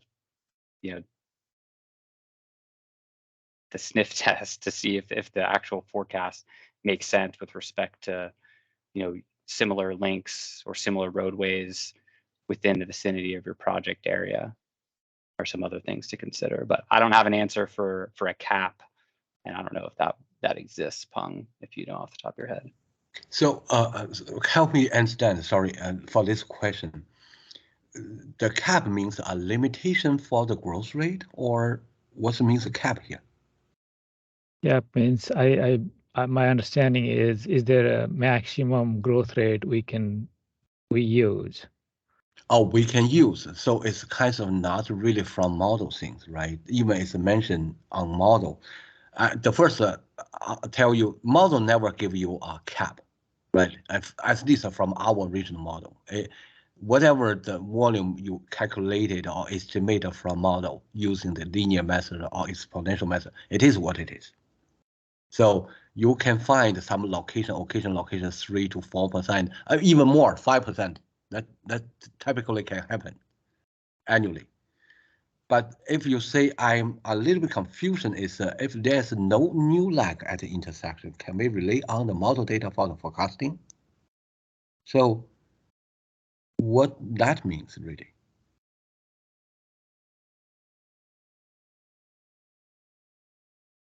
I think it's a kind of a special case you want to talk about, or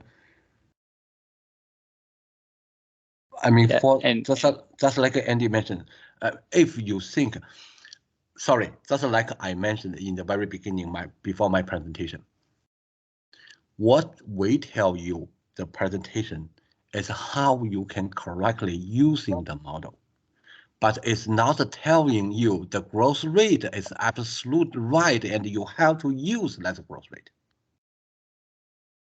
So the logic is once you obtain anything, the growth rate, the volume, after you validate, reach to our criteria, and you can see, I tell you, most of the practice is in the major segment, which are relative higher volumes major segment, such as interstate or major corridor. Once your validation reach to that level, to the table level, the growth rate is mostly aligned with the historical count, like a P4P or whatever existing. That's from the practice. But if you encounter a really minor link in a very small area, the daily assignment is only a couple hundred. Nobody can guarantee what's going to happen. That it's so dynamic. Yeah, thank you for the clarification. I was the one that was asking the question. This was a specific scenario. Sorry, but it was along a arterial level roadway. So we are seeing a growth rate more than 3%. So does that make sense to use? I mean, travel demand models are always good to have the relative growth, right? But not always get the absolute volumes and use them. Yes, yes. So if it's a arterial or a principal arterial, is it good to kind of rely with the travel demand modeling data rather than anything else? Yeah, that's a good question. Let's go back to this. Once you have the struggling, say, okay, either from P4P or the historical count, it doesn't make sense to me or whatever. And also referencing the travel demand model. The precondition is the travel demand model you already validated or at least have the NCHRP 765, the scenario 2 criteria also meet, and you got the growth rate, and you still don't think it's reasonable. But I want to ask you, remind you here the things. Usually your study area, just like you say, it's a long corridor, right? It's not a one-point location, right? So I believe when you talk about long corridor, it's at least 5 miles or above, even more than 10 miles. And technically, just like I mentioned in my presentation, if you are the PM, and you need to negotiate or discuss that with a VDOT PM. Say, okay, I show you whatever the model is, what the P4P is. What do you think? I recommend you to use this growth rate because of that. But because it's a long corridor, they have multiple count locations. It's not only one location, right? Even for the model perspective, it's also multiple count location. You see the table I show you, that example, right? We have multiple count locations, multiple verifications, validation locations. And each location give you a range, a difference. And you can pick one of them which mostly align with the others. Don't pick like so special, so high or so low things, except you and the VDOT PM believe which one you are favorite. Okay. Yeah, so it's full of flexibility inside. The only things you need to pay attention is find the evidence to support your conclusion. Yeah, last point what Pong just mentioned, I was going to say the same thing. That 3 to 4% growth rate, that certainly triggers some kind of a red flag. You definitely want to have some kind of justification to provide this as a high growth, especially when you are talking about the arterial. As you mentioned, arterial could be, if it's already fully developed arterial, you would not expect that kind of growth rate anyway. So it's hard to justify that level of growth. So yeah, if you see that from your analysis, you are coming up with that kind of growth rate, then definitely need to have justification for that. And that when you talk with the VDOT staff, even in central office, potentially that probably will go down, not 3 to 4%, in my opinion. Okay, thank you for the clarification. And this is Giri again. Just adding a thought on that. I think sometimes it also makes sense to dig a little bit into the land use information or developments. What's upcoming. Around that. The location or the corridor, whatever that is. But also try and understand. Are there any transportation improvements being planned around that area? Because usually if there are no supporting transportation improvements that are planned around the area, then naturally whatever location that you currently have may see a significant growth because of the land use. So it's a combination of land use and also the transportation improvements.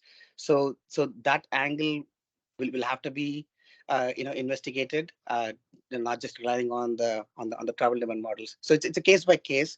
So I would also encourage to look into that level of detail. Yeah, absolutely. Like I said, justification, what are the things were considered and what are the change what are the, like you said, Gary, any land use change or any other transportation demand change, that will certainly help.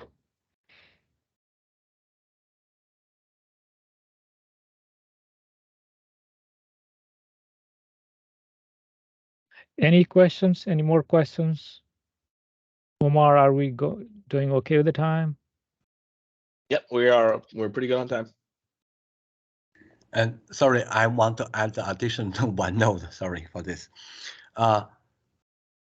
Gentlemen, and if from now on, from this time, whatever the new IM and the traffic forecasting guidebook was released, for any new studies, you want to use the travel demand model, I understand that you definitely will contact with us. You are so welcome to contact with us.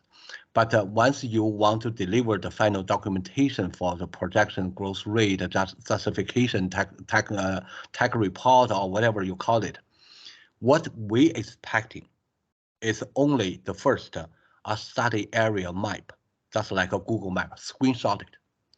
And you need just like in my presentation, you see just using the point, different color point to tell me which location is the count location from model and in the satellite area map.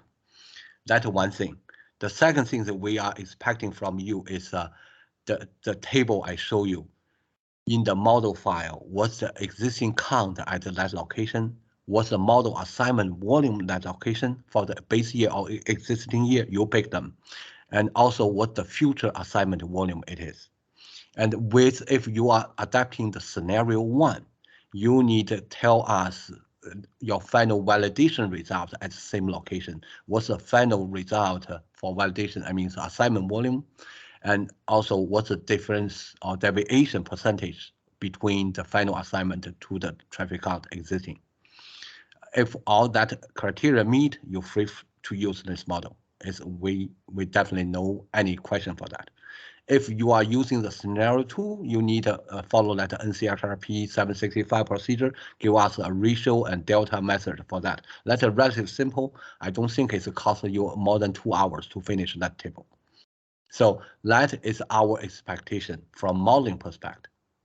Don't waste too much time. I don't want to block your way. Say, okay, I need at least 2 weeks, 3 weeks to do that. That's all up to your selection. Or you make a decision. Okay, I want to go scenario 1. I want to fully validate this study area and make sure everything is correct. It's all up to you. But our expectation is once you meet the table for scenario 1, you're free to go.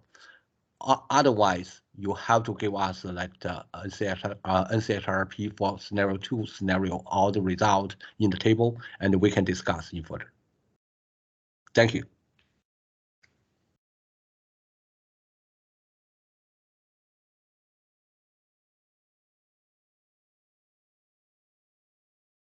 All right. Thank you, I think Phong. if there's, oops, go ahead, Char.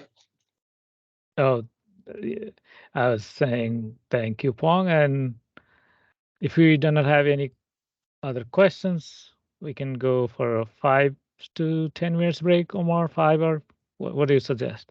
Yeah, I say we regroup at 3. Gives 3? us a Okay. 7-minute break. All right. Okay, then. All right. Thanks, everybody. Thank you.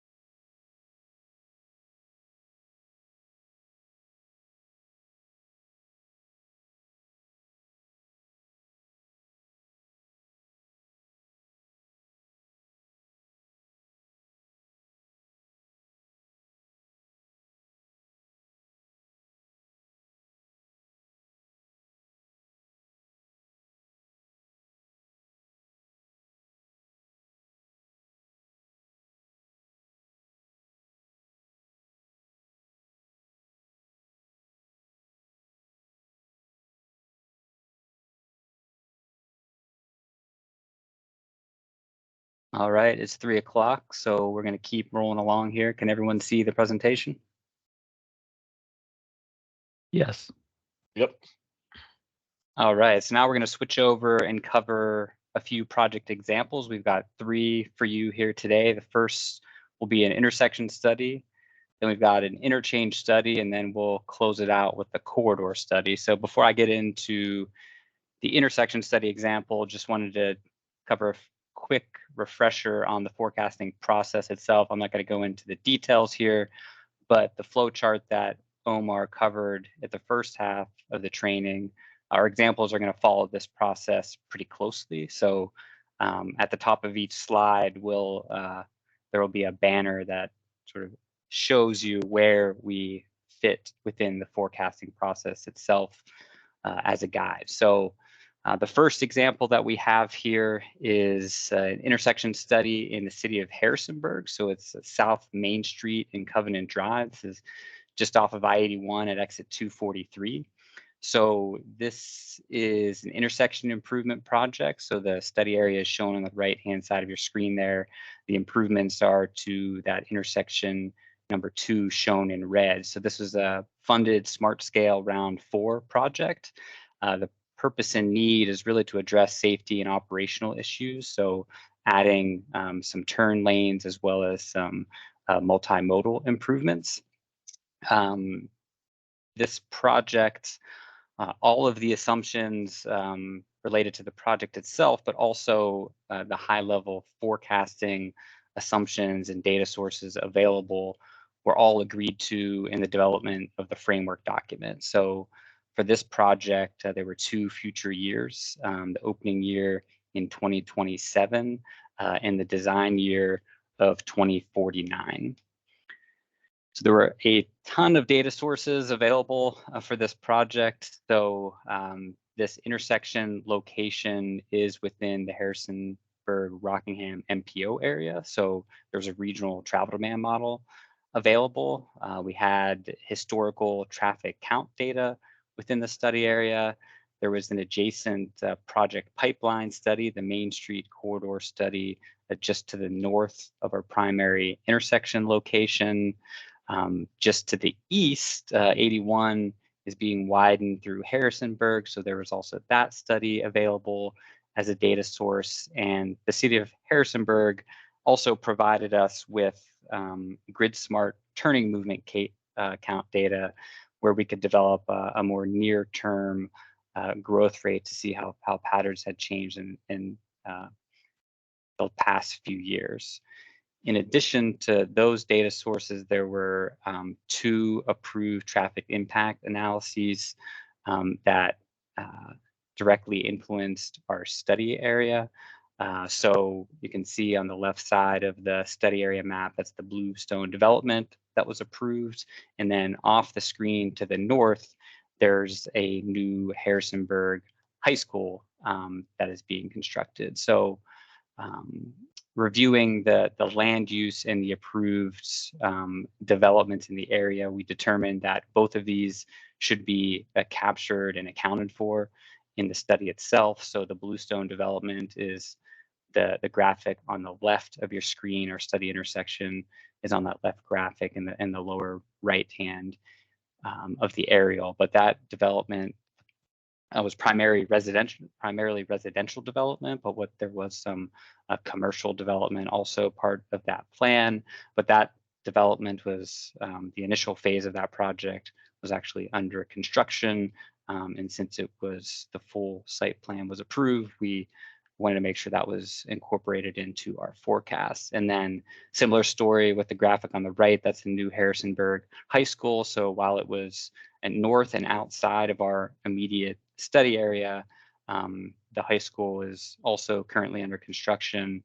It's opening in the fall of next year.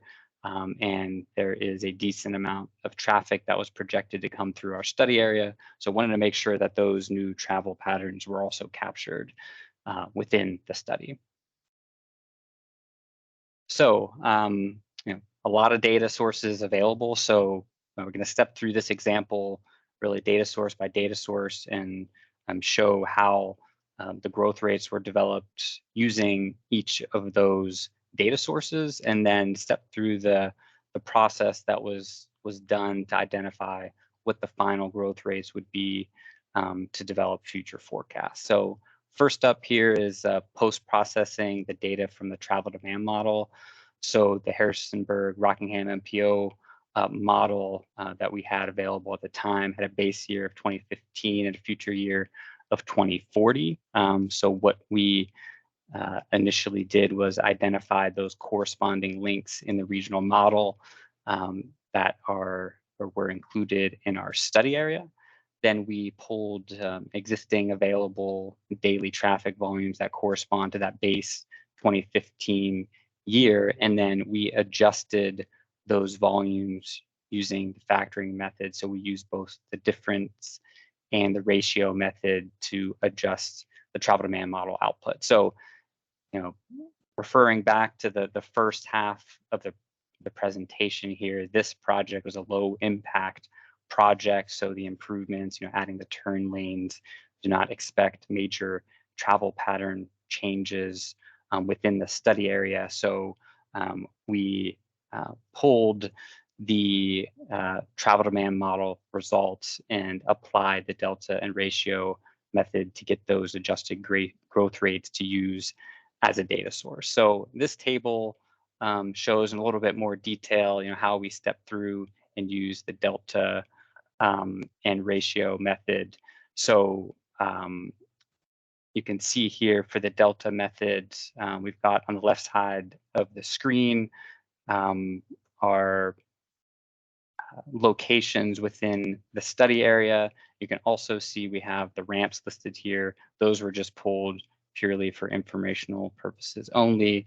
But for the delta method, the calculation was computed by taking the difference between that future 2040 model output and taking the difference between the future and the base year to get that delta, and then added it to the base 2015 count book data to get that delta 2040 adjusted output, and then followed a similar method using the ratio method. So that is taking the 2040 output, dividing it by the 2015 output, and multiplying it by the 2015 count book ADT to get the ratio ADT. And then the adjusted growth rate was calculated by averaging both the delta and the ratio method. So Peng had mentioned, you know, your delta and ratio methods sort of serve as your minimum and maximum.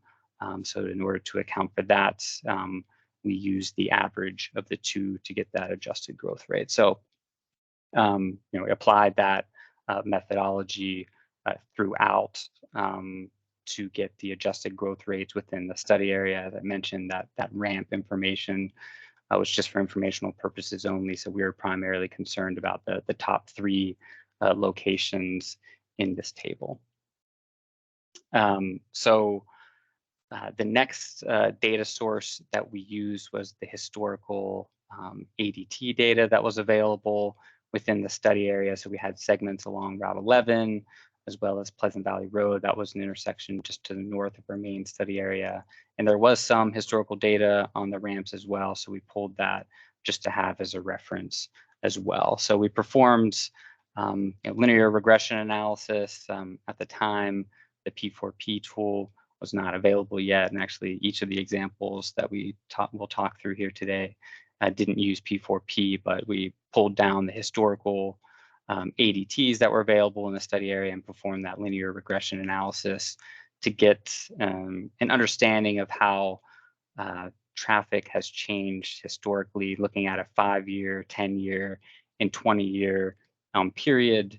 And you can see, again, focusing on those three segments along Route 11 and Pleasant Valley Road, the past 5 to 10 years, there's been pretty high growth on Route 11, whereas looking back in the past 20 years, there was relatively low, stable growth, ranging from 0.25% to around 0.5%.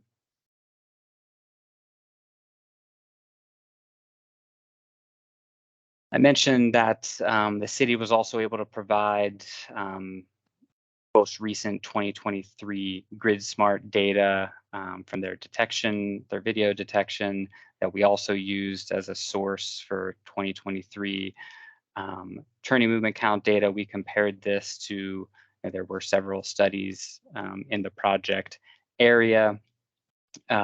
So we wanted to take a look at a more granular 5-year period looking at the turning movement level. So looking at the AM and the PM peak periods, we saw in the morning that there was actually around 1 to 2% growth at our 2 study area intersections, but in the evening there's actually a slight reduction in volumes looking at the sum of all of the approaches. When you average the volumes at both of the intersections, you see around a negative 0.5% to a little over 0.5% growth at the 2 study area intersections.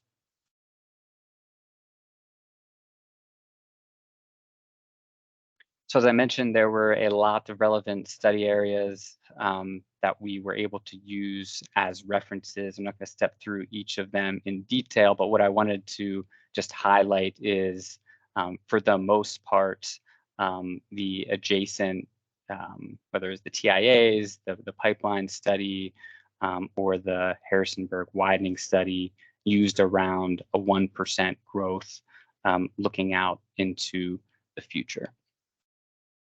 So once we had the growth rate calculated from the travel demand model data, we had our historical growth as well as the background growth from the other study.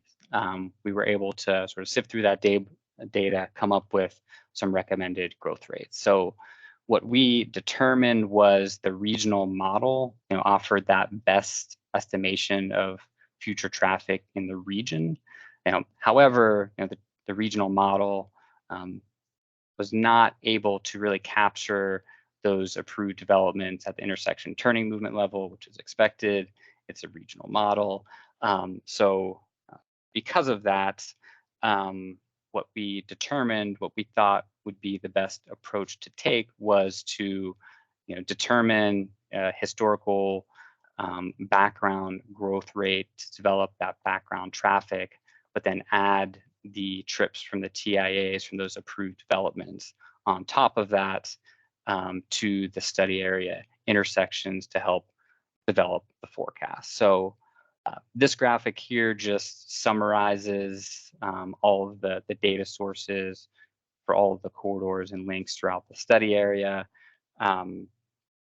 Helps easily summarize all of the data and information, but ultimately, as I said, the best approach that was determined was taking those existing volumes, applying that background growth rate to get the background traffic, and then add the trips on top of it for the approved development. So what we did to verify and confirm that approach was we developed these tables to sort of independently compare what the forecasts, the future forecast would be from an ADT level on our 3 study area links.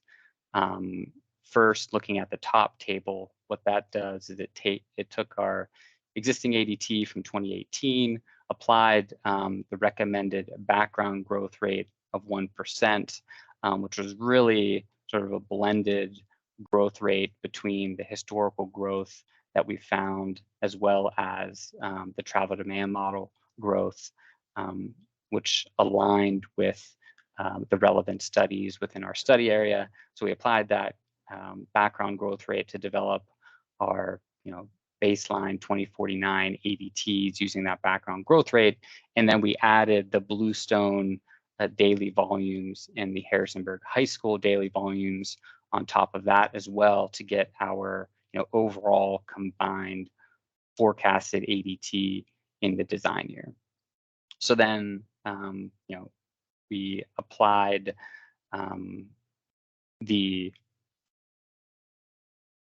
travel demand model growth rate to the 2018 ADT to develop what would be for the travel demand model forecasted ADT in 2049, and we determined that using those two different approaches, the design year ADTs were within 0.5%, 5 to 10% of each other, which helped validate and confirm our approach to apply that 1% growth rate and add the TIA volumes on top of it. So ultimately, the approach that we took to develop those future turning movement count data was we applied that 1% background growth rate to all of the cars and trucks, to the turning movement volumes, to get our background growth, and then we overlaid the trips from the adjacent TIAs on top of that, depending on when the TIA build out year was, to develop our opening year and design year turning movement counts for our traffic analysis. So for documentation and approval, the methodology was documented and summarized in a PowerPoint. I think Peng hit to it in the response to one of the questions, that the relatively small study area, as well as the available data sources that we had in the study area. While there was a lot of data sources available, ultimately the method used to develop the forecast was pretty straightforward. So we were able to capture and account for the forecasting approach in a presentation, as well as documenting it within the traffic forecasting section of the final report. So before we proceeded forward with our future conditions analysis, we circulated this to the Stanton District Planner as well as to TMPD to get their approval. And once we received approval, we moved forward with our future conditions analysis. So I'm going to take the second half of this training a little bit differently. We're going to pause here since we're going to switch over to another example next, but I wanted to pause here to see if there are any questions on this example.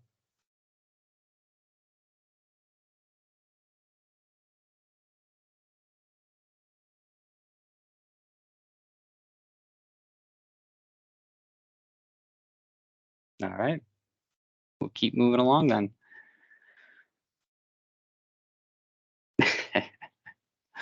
Thank you, Brad. All right, next up, we will be moving forward into an interchange study example. So we'll be moving down to the Richmond district for this example, and we'll be stepping through the Route 288 and Geneto Road interchange access report.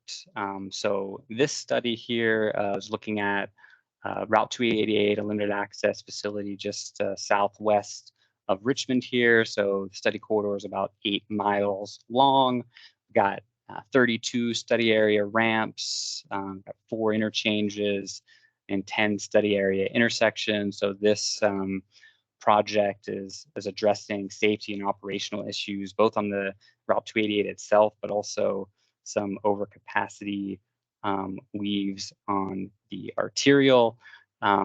So this interchange access report is following IMLD 200 policy. So all of the assumptions, again, the high level assumptions, that can be included in that LD 459 framework document were all approved at the beginning of the study. So that's really just documenting what available data sources there are and what approach would be taken to help develop forecasts, not necessarily actually agreeing to the growth rates themselves, but because this is an IAR, we're looking at an opening year of 2032 and a design year of 2052. So the available data sources for this project here, again, this falls within an MPO area. So we've got the Richmond Tri-Cities regional model. So that was completed back in 2020. And that is a base year of 2017, future year of 2045. In addition to that, Chesterfield County had just recently completed a sub-area model for their entire county. That was completed in 2023.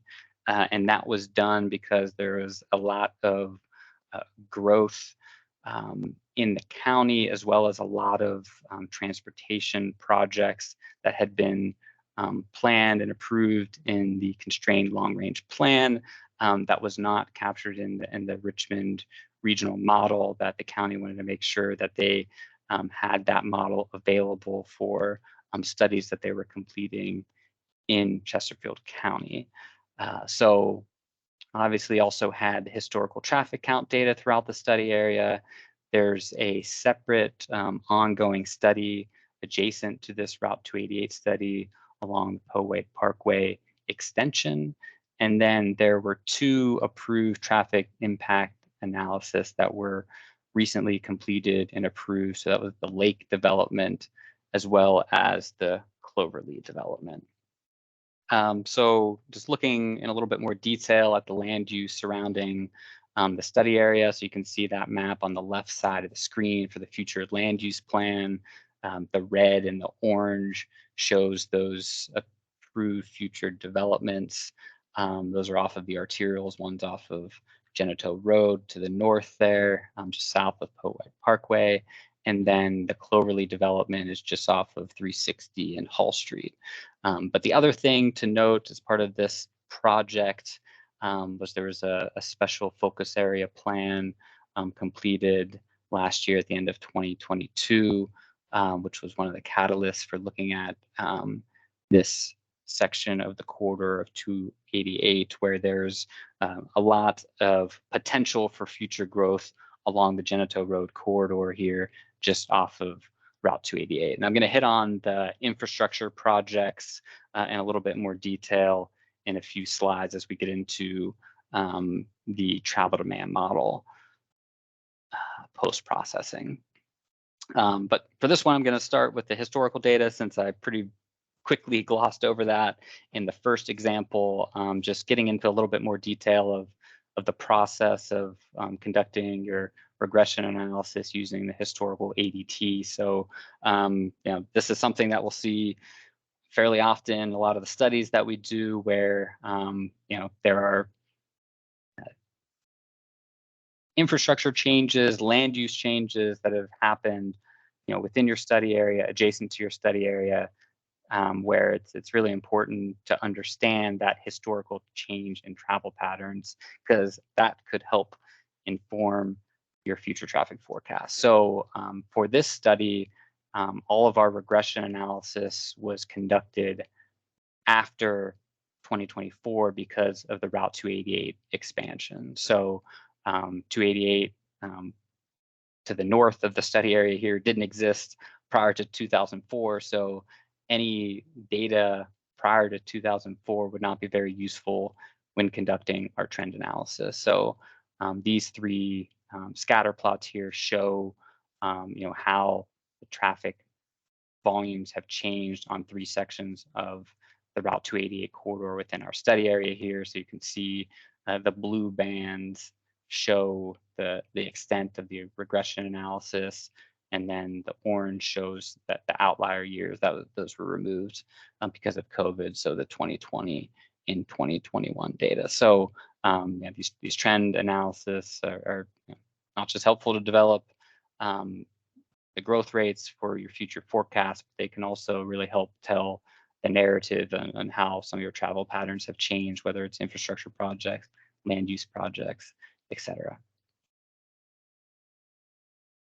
So using the regression analysis that was done post 2006, while removing the outliers from the pandemic, we see some pretty high growth throughout the entire study area, both on Route 288 itself, where you can see growth ranging from a little over 1.25 up to 2.25, but then also on the surrounding arterials, you see growth from a little under 1% up to 2 and 3%, which is expected because this area of Chesterfield County has been rapidly growing over the past few decades.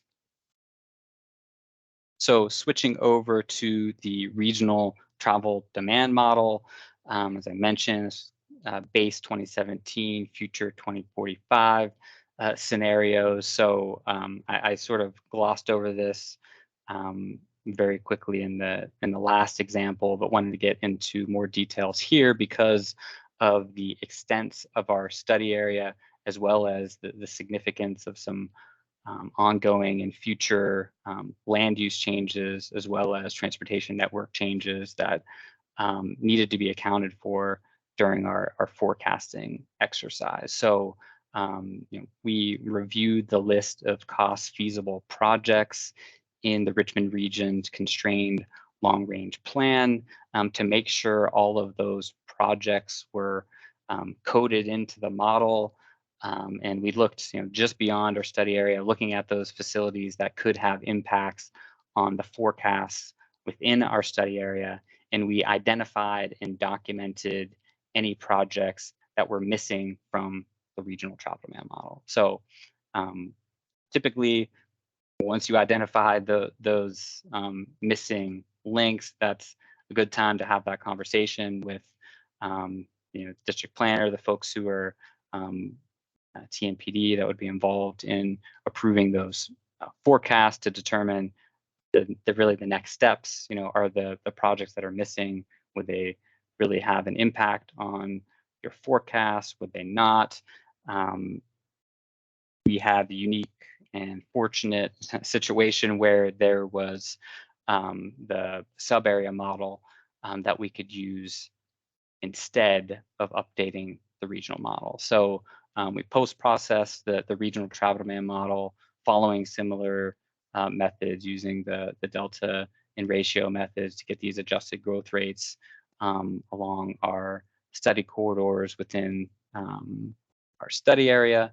But then we followed a similar exercise using the Chesterfield sub-area travel demand model. So as I mentioned, the sub-area model was developed to update socioeconomic data, as well as additional planned and approved projects adjacent to our study area here. So you can see some of these projects called out and highlighted in orange. So there's the Powhite Extension project, which is a several mile long extension of a limited access facility, which would definitely have an impact on the forecast along the 288 corridor. There are also some connections off to the west that were not included in the regional model because they were recent projects that were identified for funding. In addition to that, there was a significant development around Magnolia Green that had been approved by Chesterfield County. So that entire development really is right around that orange line out to the west. So with that being approved, those significant projects in Chesterfield County was one of the reasons why they developed the sub-area model. So because the sub-area model had all of these links, the most recent socioeconomic land use data, we primarily used the sub-area model as the resource. So followed a similar exercise, following NCHRP 765, adjustments to develop our adjusted growth rates along our freeway facility, as well as our arterials within the study area. And then we also, as I mentioned, did have those adjacent TIAs that had been approved. This primarily impacted our traffic volume development on our intersecting arterials. So 1% background growth plus additional site-specific trips for both the lake development as well as the Cloverleaf development. And then also use the Powhite Parkway extension project, which documented how that extension redirects, changes travel patterns on the arterial as well as Route 288 because of the extension of the limited access. So just use that as an additional data source to help inform our future forecasts.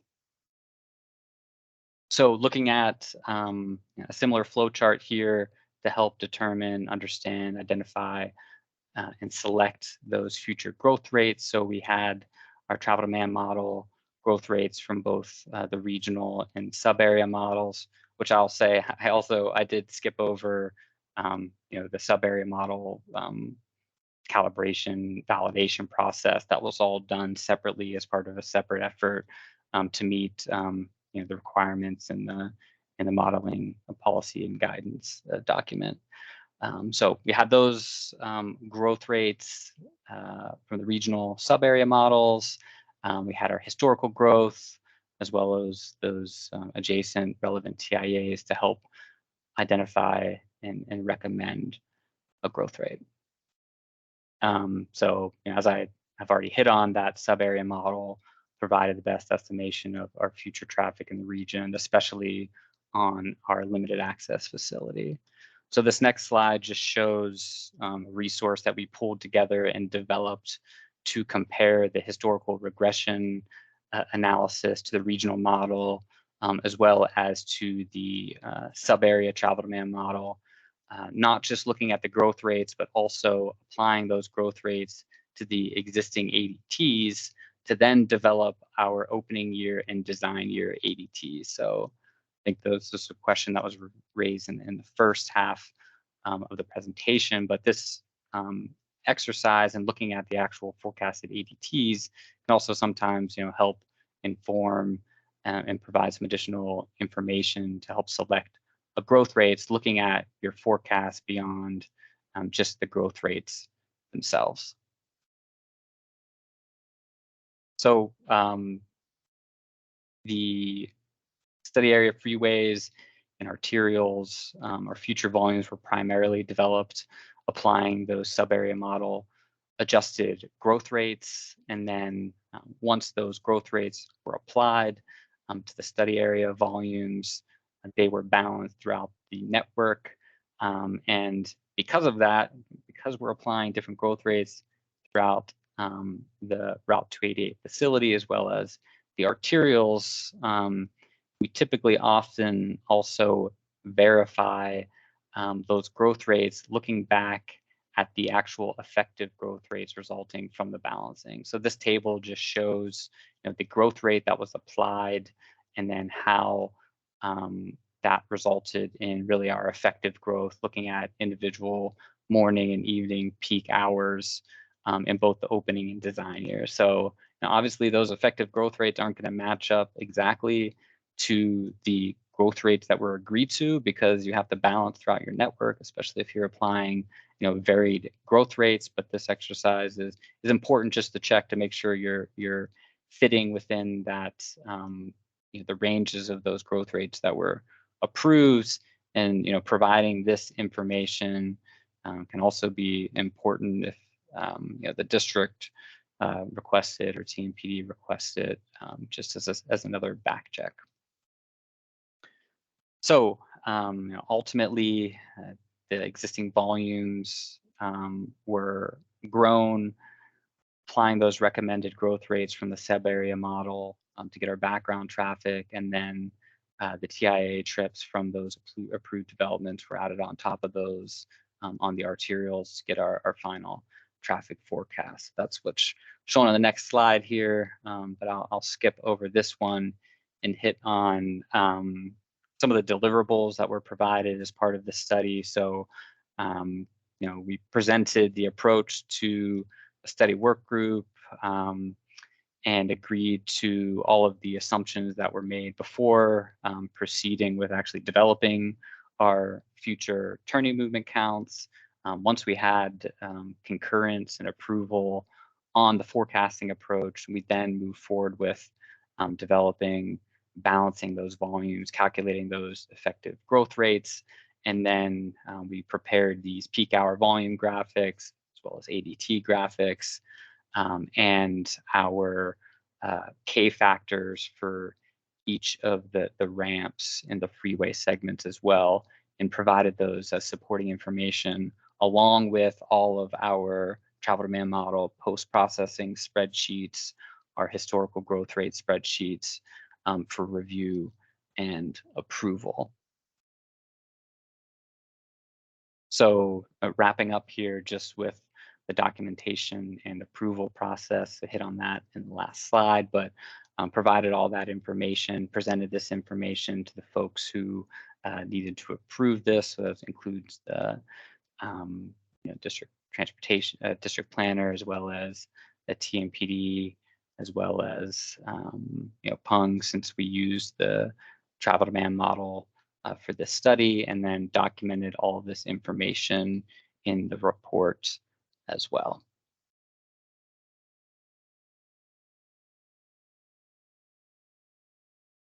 So with that, I'm going to pause here again. That's the end of the interchange example. Are there any questions?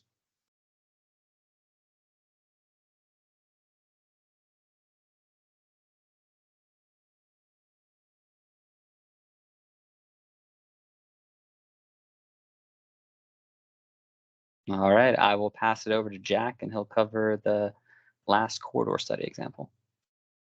Great, thanks, Andy. So for our final example, we'll be taking a trip over to Culpeper, Virginia, in the Culpeper district. And so this is a current STARS study that we're working on with Chuck and his team, really from Main Street all the way to Inlet Road, close to the US 1529. So this is along the US 15 business corridor. We have about 17 study area intersections ranging from the more densely developed western part of the corridor to a bit more of a rural nature on the eastern side of our corridor.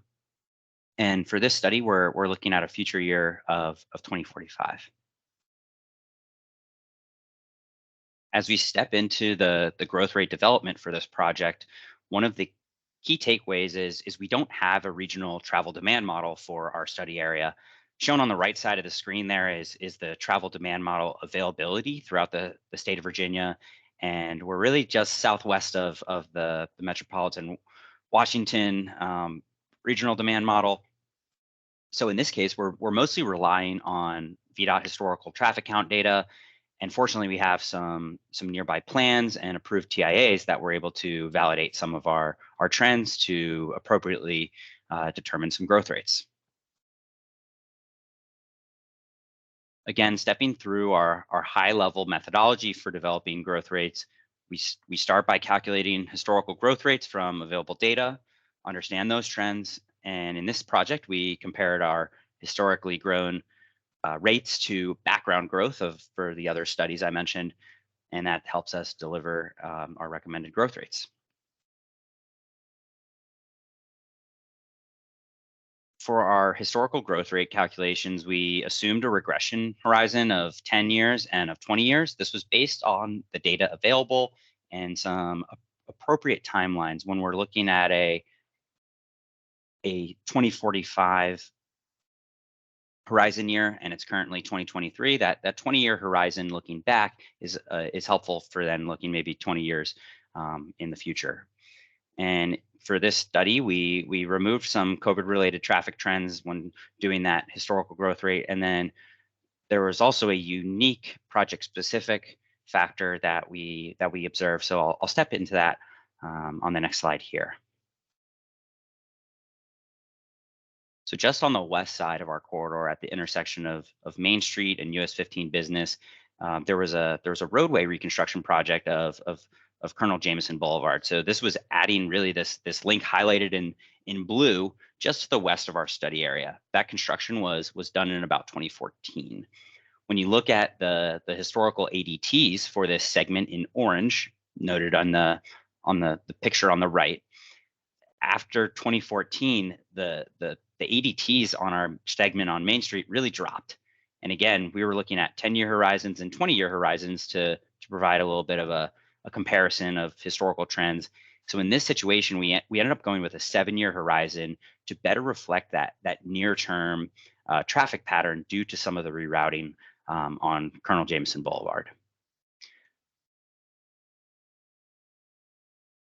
So once we took into consideration our 10, 20-year horizons and looked into outliers and pulled together the historical growth trends, we noticed 3 main trends throughout the corridor. Along the western side of the corridor, we were seeing either no historical growth or even a decline over the years. As we traveled east along the corridor, there was a bit of moderate, maybe in the 0.5% to 1% growth historically. And then to the north and south of the corridor, there's been a lot more recent development. And so the historical growth reflected that. And as you can see, upwards of 3% in some locations.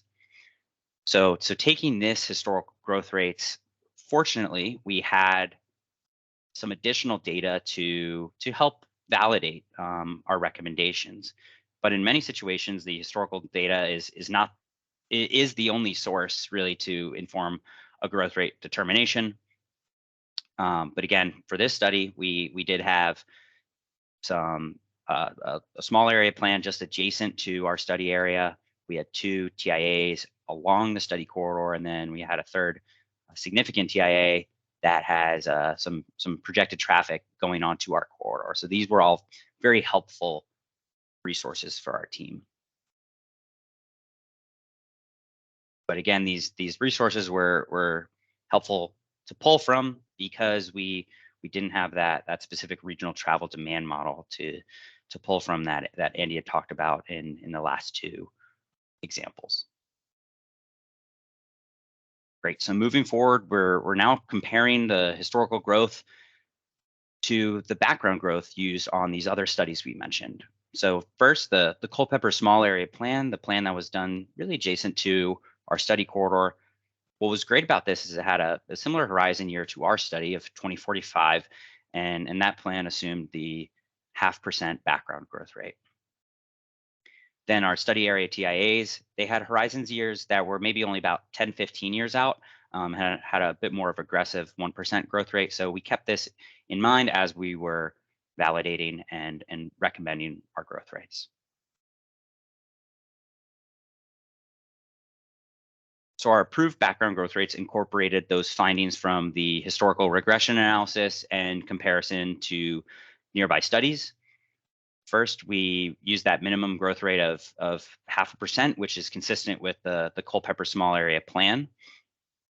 And from what we found from the historical trend analysis, we recommended a lower growth rate for really the western half of the corridor, and then a higher growth rate on that eastern and part of the corridor, and then also a little bit north and south of the corridor. So you'll see on the far right bottom of the graphic, Wags Corner Road, 2%, a little bit higher than the rest of the corridor. Same with Our Hoffman, just in the middle of the picture at 1.5% background growth. We got some great input from the study work group to help refine and get approval on these background growth rates.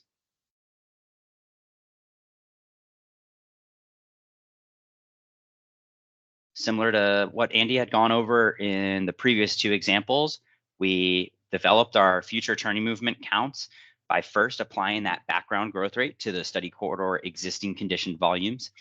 And then since we had 3 approved TIAs, we applied those trip volumes to get our final future turning movements, which we then went through the balancing exercise to have our final build and no build condition volumes. In this case, we're actively working on the study. We actually have a public meeting tomorrow to share some concepts. So we haven't yet finished a final report, but we did submit a draft report that included the traffic forecasting section. And then we also shared these findings, recommendations, and got concurrence from the study work group in our traffic forecasting assumptions meeting. Any questions for this third example?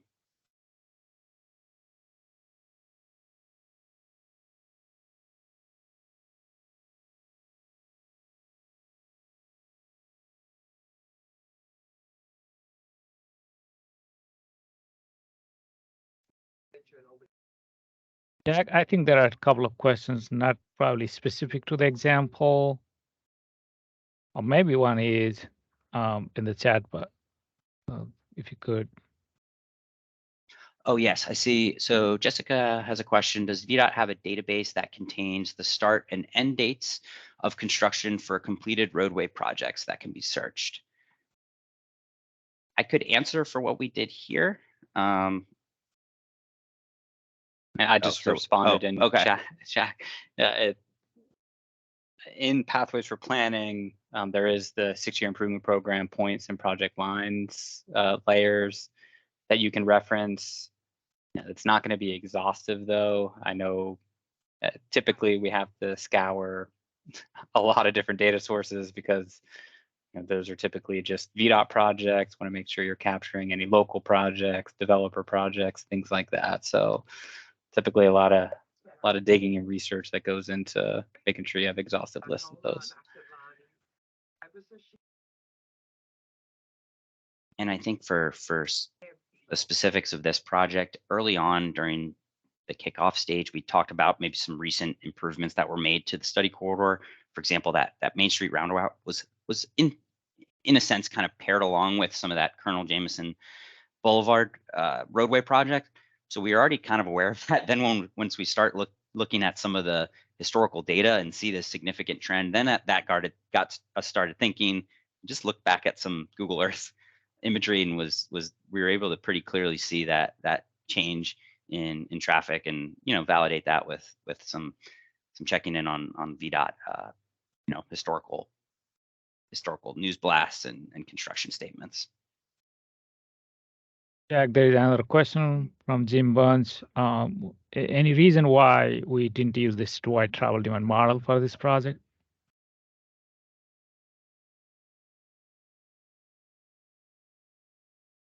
I don't have a great answer to that. I think we were a bit more focused on the data most applicable to our study area, and we were fortunate to have a good bit of historical data.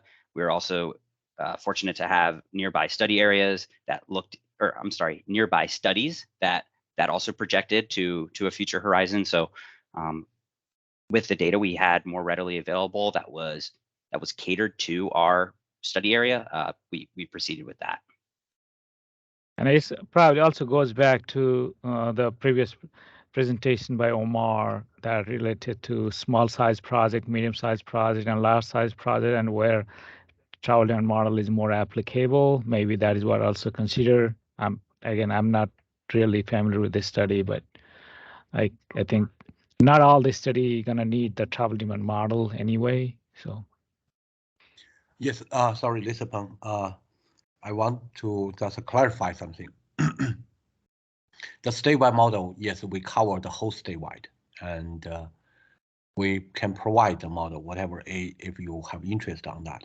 But the limitation is, the statewide model is not like a regional model, just like Sarat mentioned, and also Omar in his presentation. We're going to have the first priorities to select the regional model, MPO model, instead of statewide model, because the limitation of the statewide model, how big the TAZ is, the traffic analysis zone for each statewide model. It's averagely 5 times, bigger than the regional model. So for any macro level analysis, for example, you have some intersections analysis, you want to use a statewide model, that is inappropriate. What we only provided for the rural area is a major corridor level, major arterial level. You can see how the projections will be based on the land use data development, like that.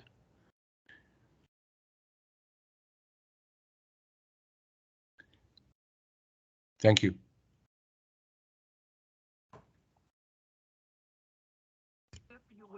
Any other questions?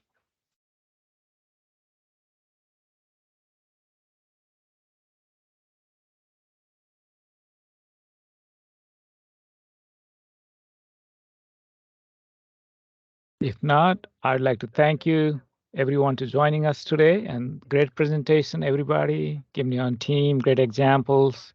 Pong, great presentation, travel demand model, and also the Chases group, great presentation and pathway for planning. I hope this presentation gonna help everybody involved in traffic forecasting review and developing traffic forecasting. Like I said earlier, presentation will be provided as well as the video. This recording will be provided. I mean, able to download, right, Omar? Yes, the presentation was recorded and will be available, as well as the slides. You will be providing the slide to all the attendees, or how are you they're gonna download, or are you gonna provide a link? We can do any of the above. So whatever's easier, we can discuss tomorrow. We can either Okay. post it on your website or send it out to everybody that attended. Also, if you are interested in getting the PDH credit, there was a link provided earlier, so please fill out that form so that you can get the credit for attending the presentation and the training.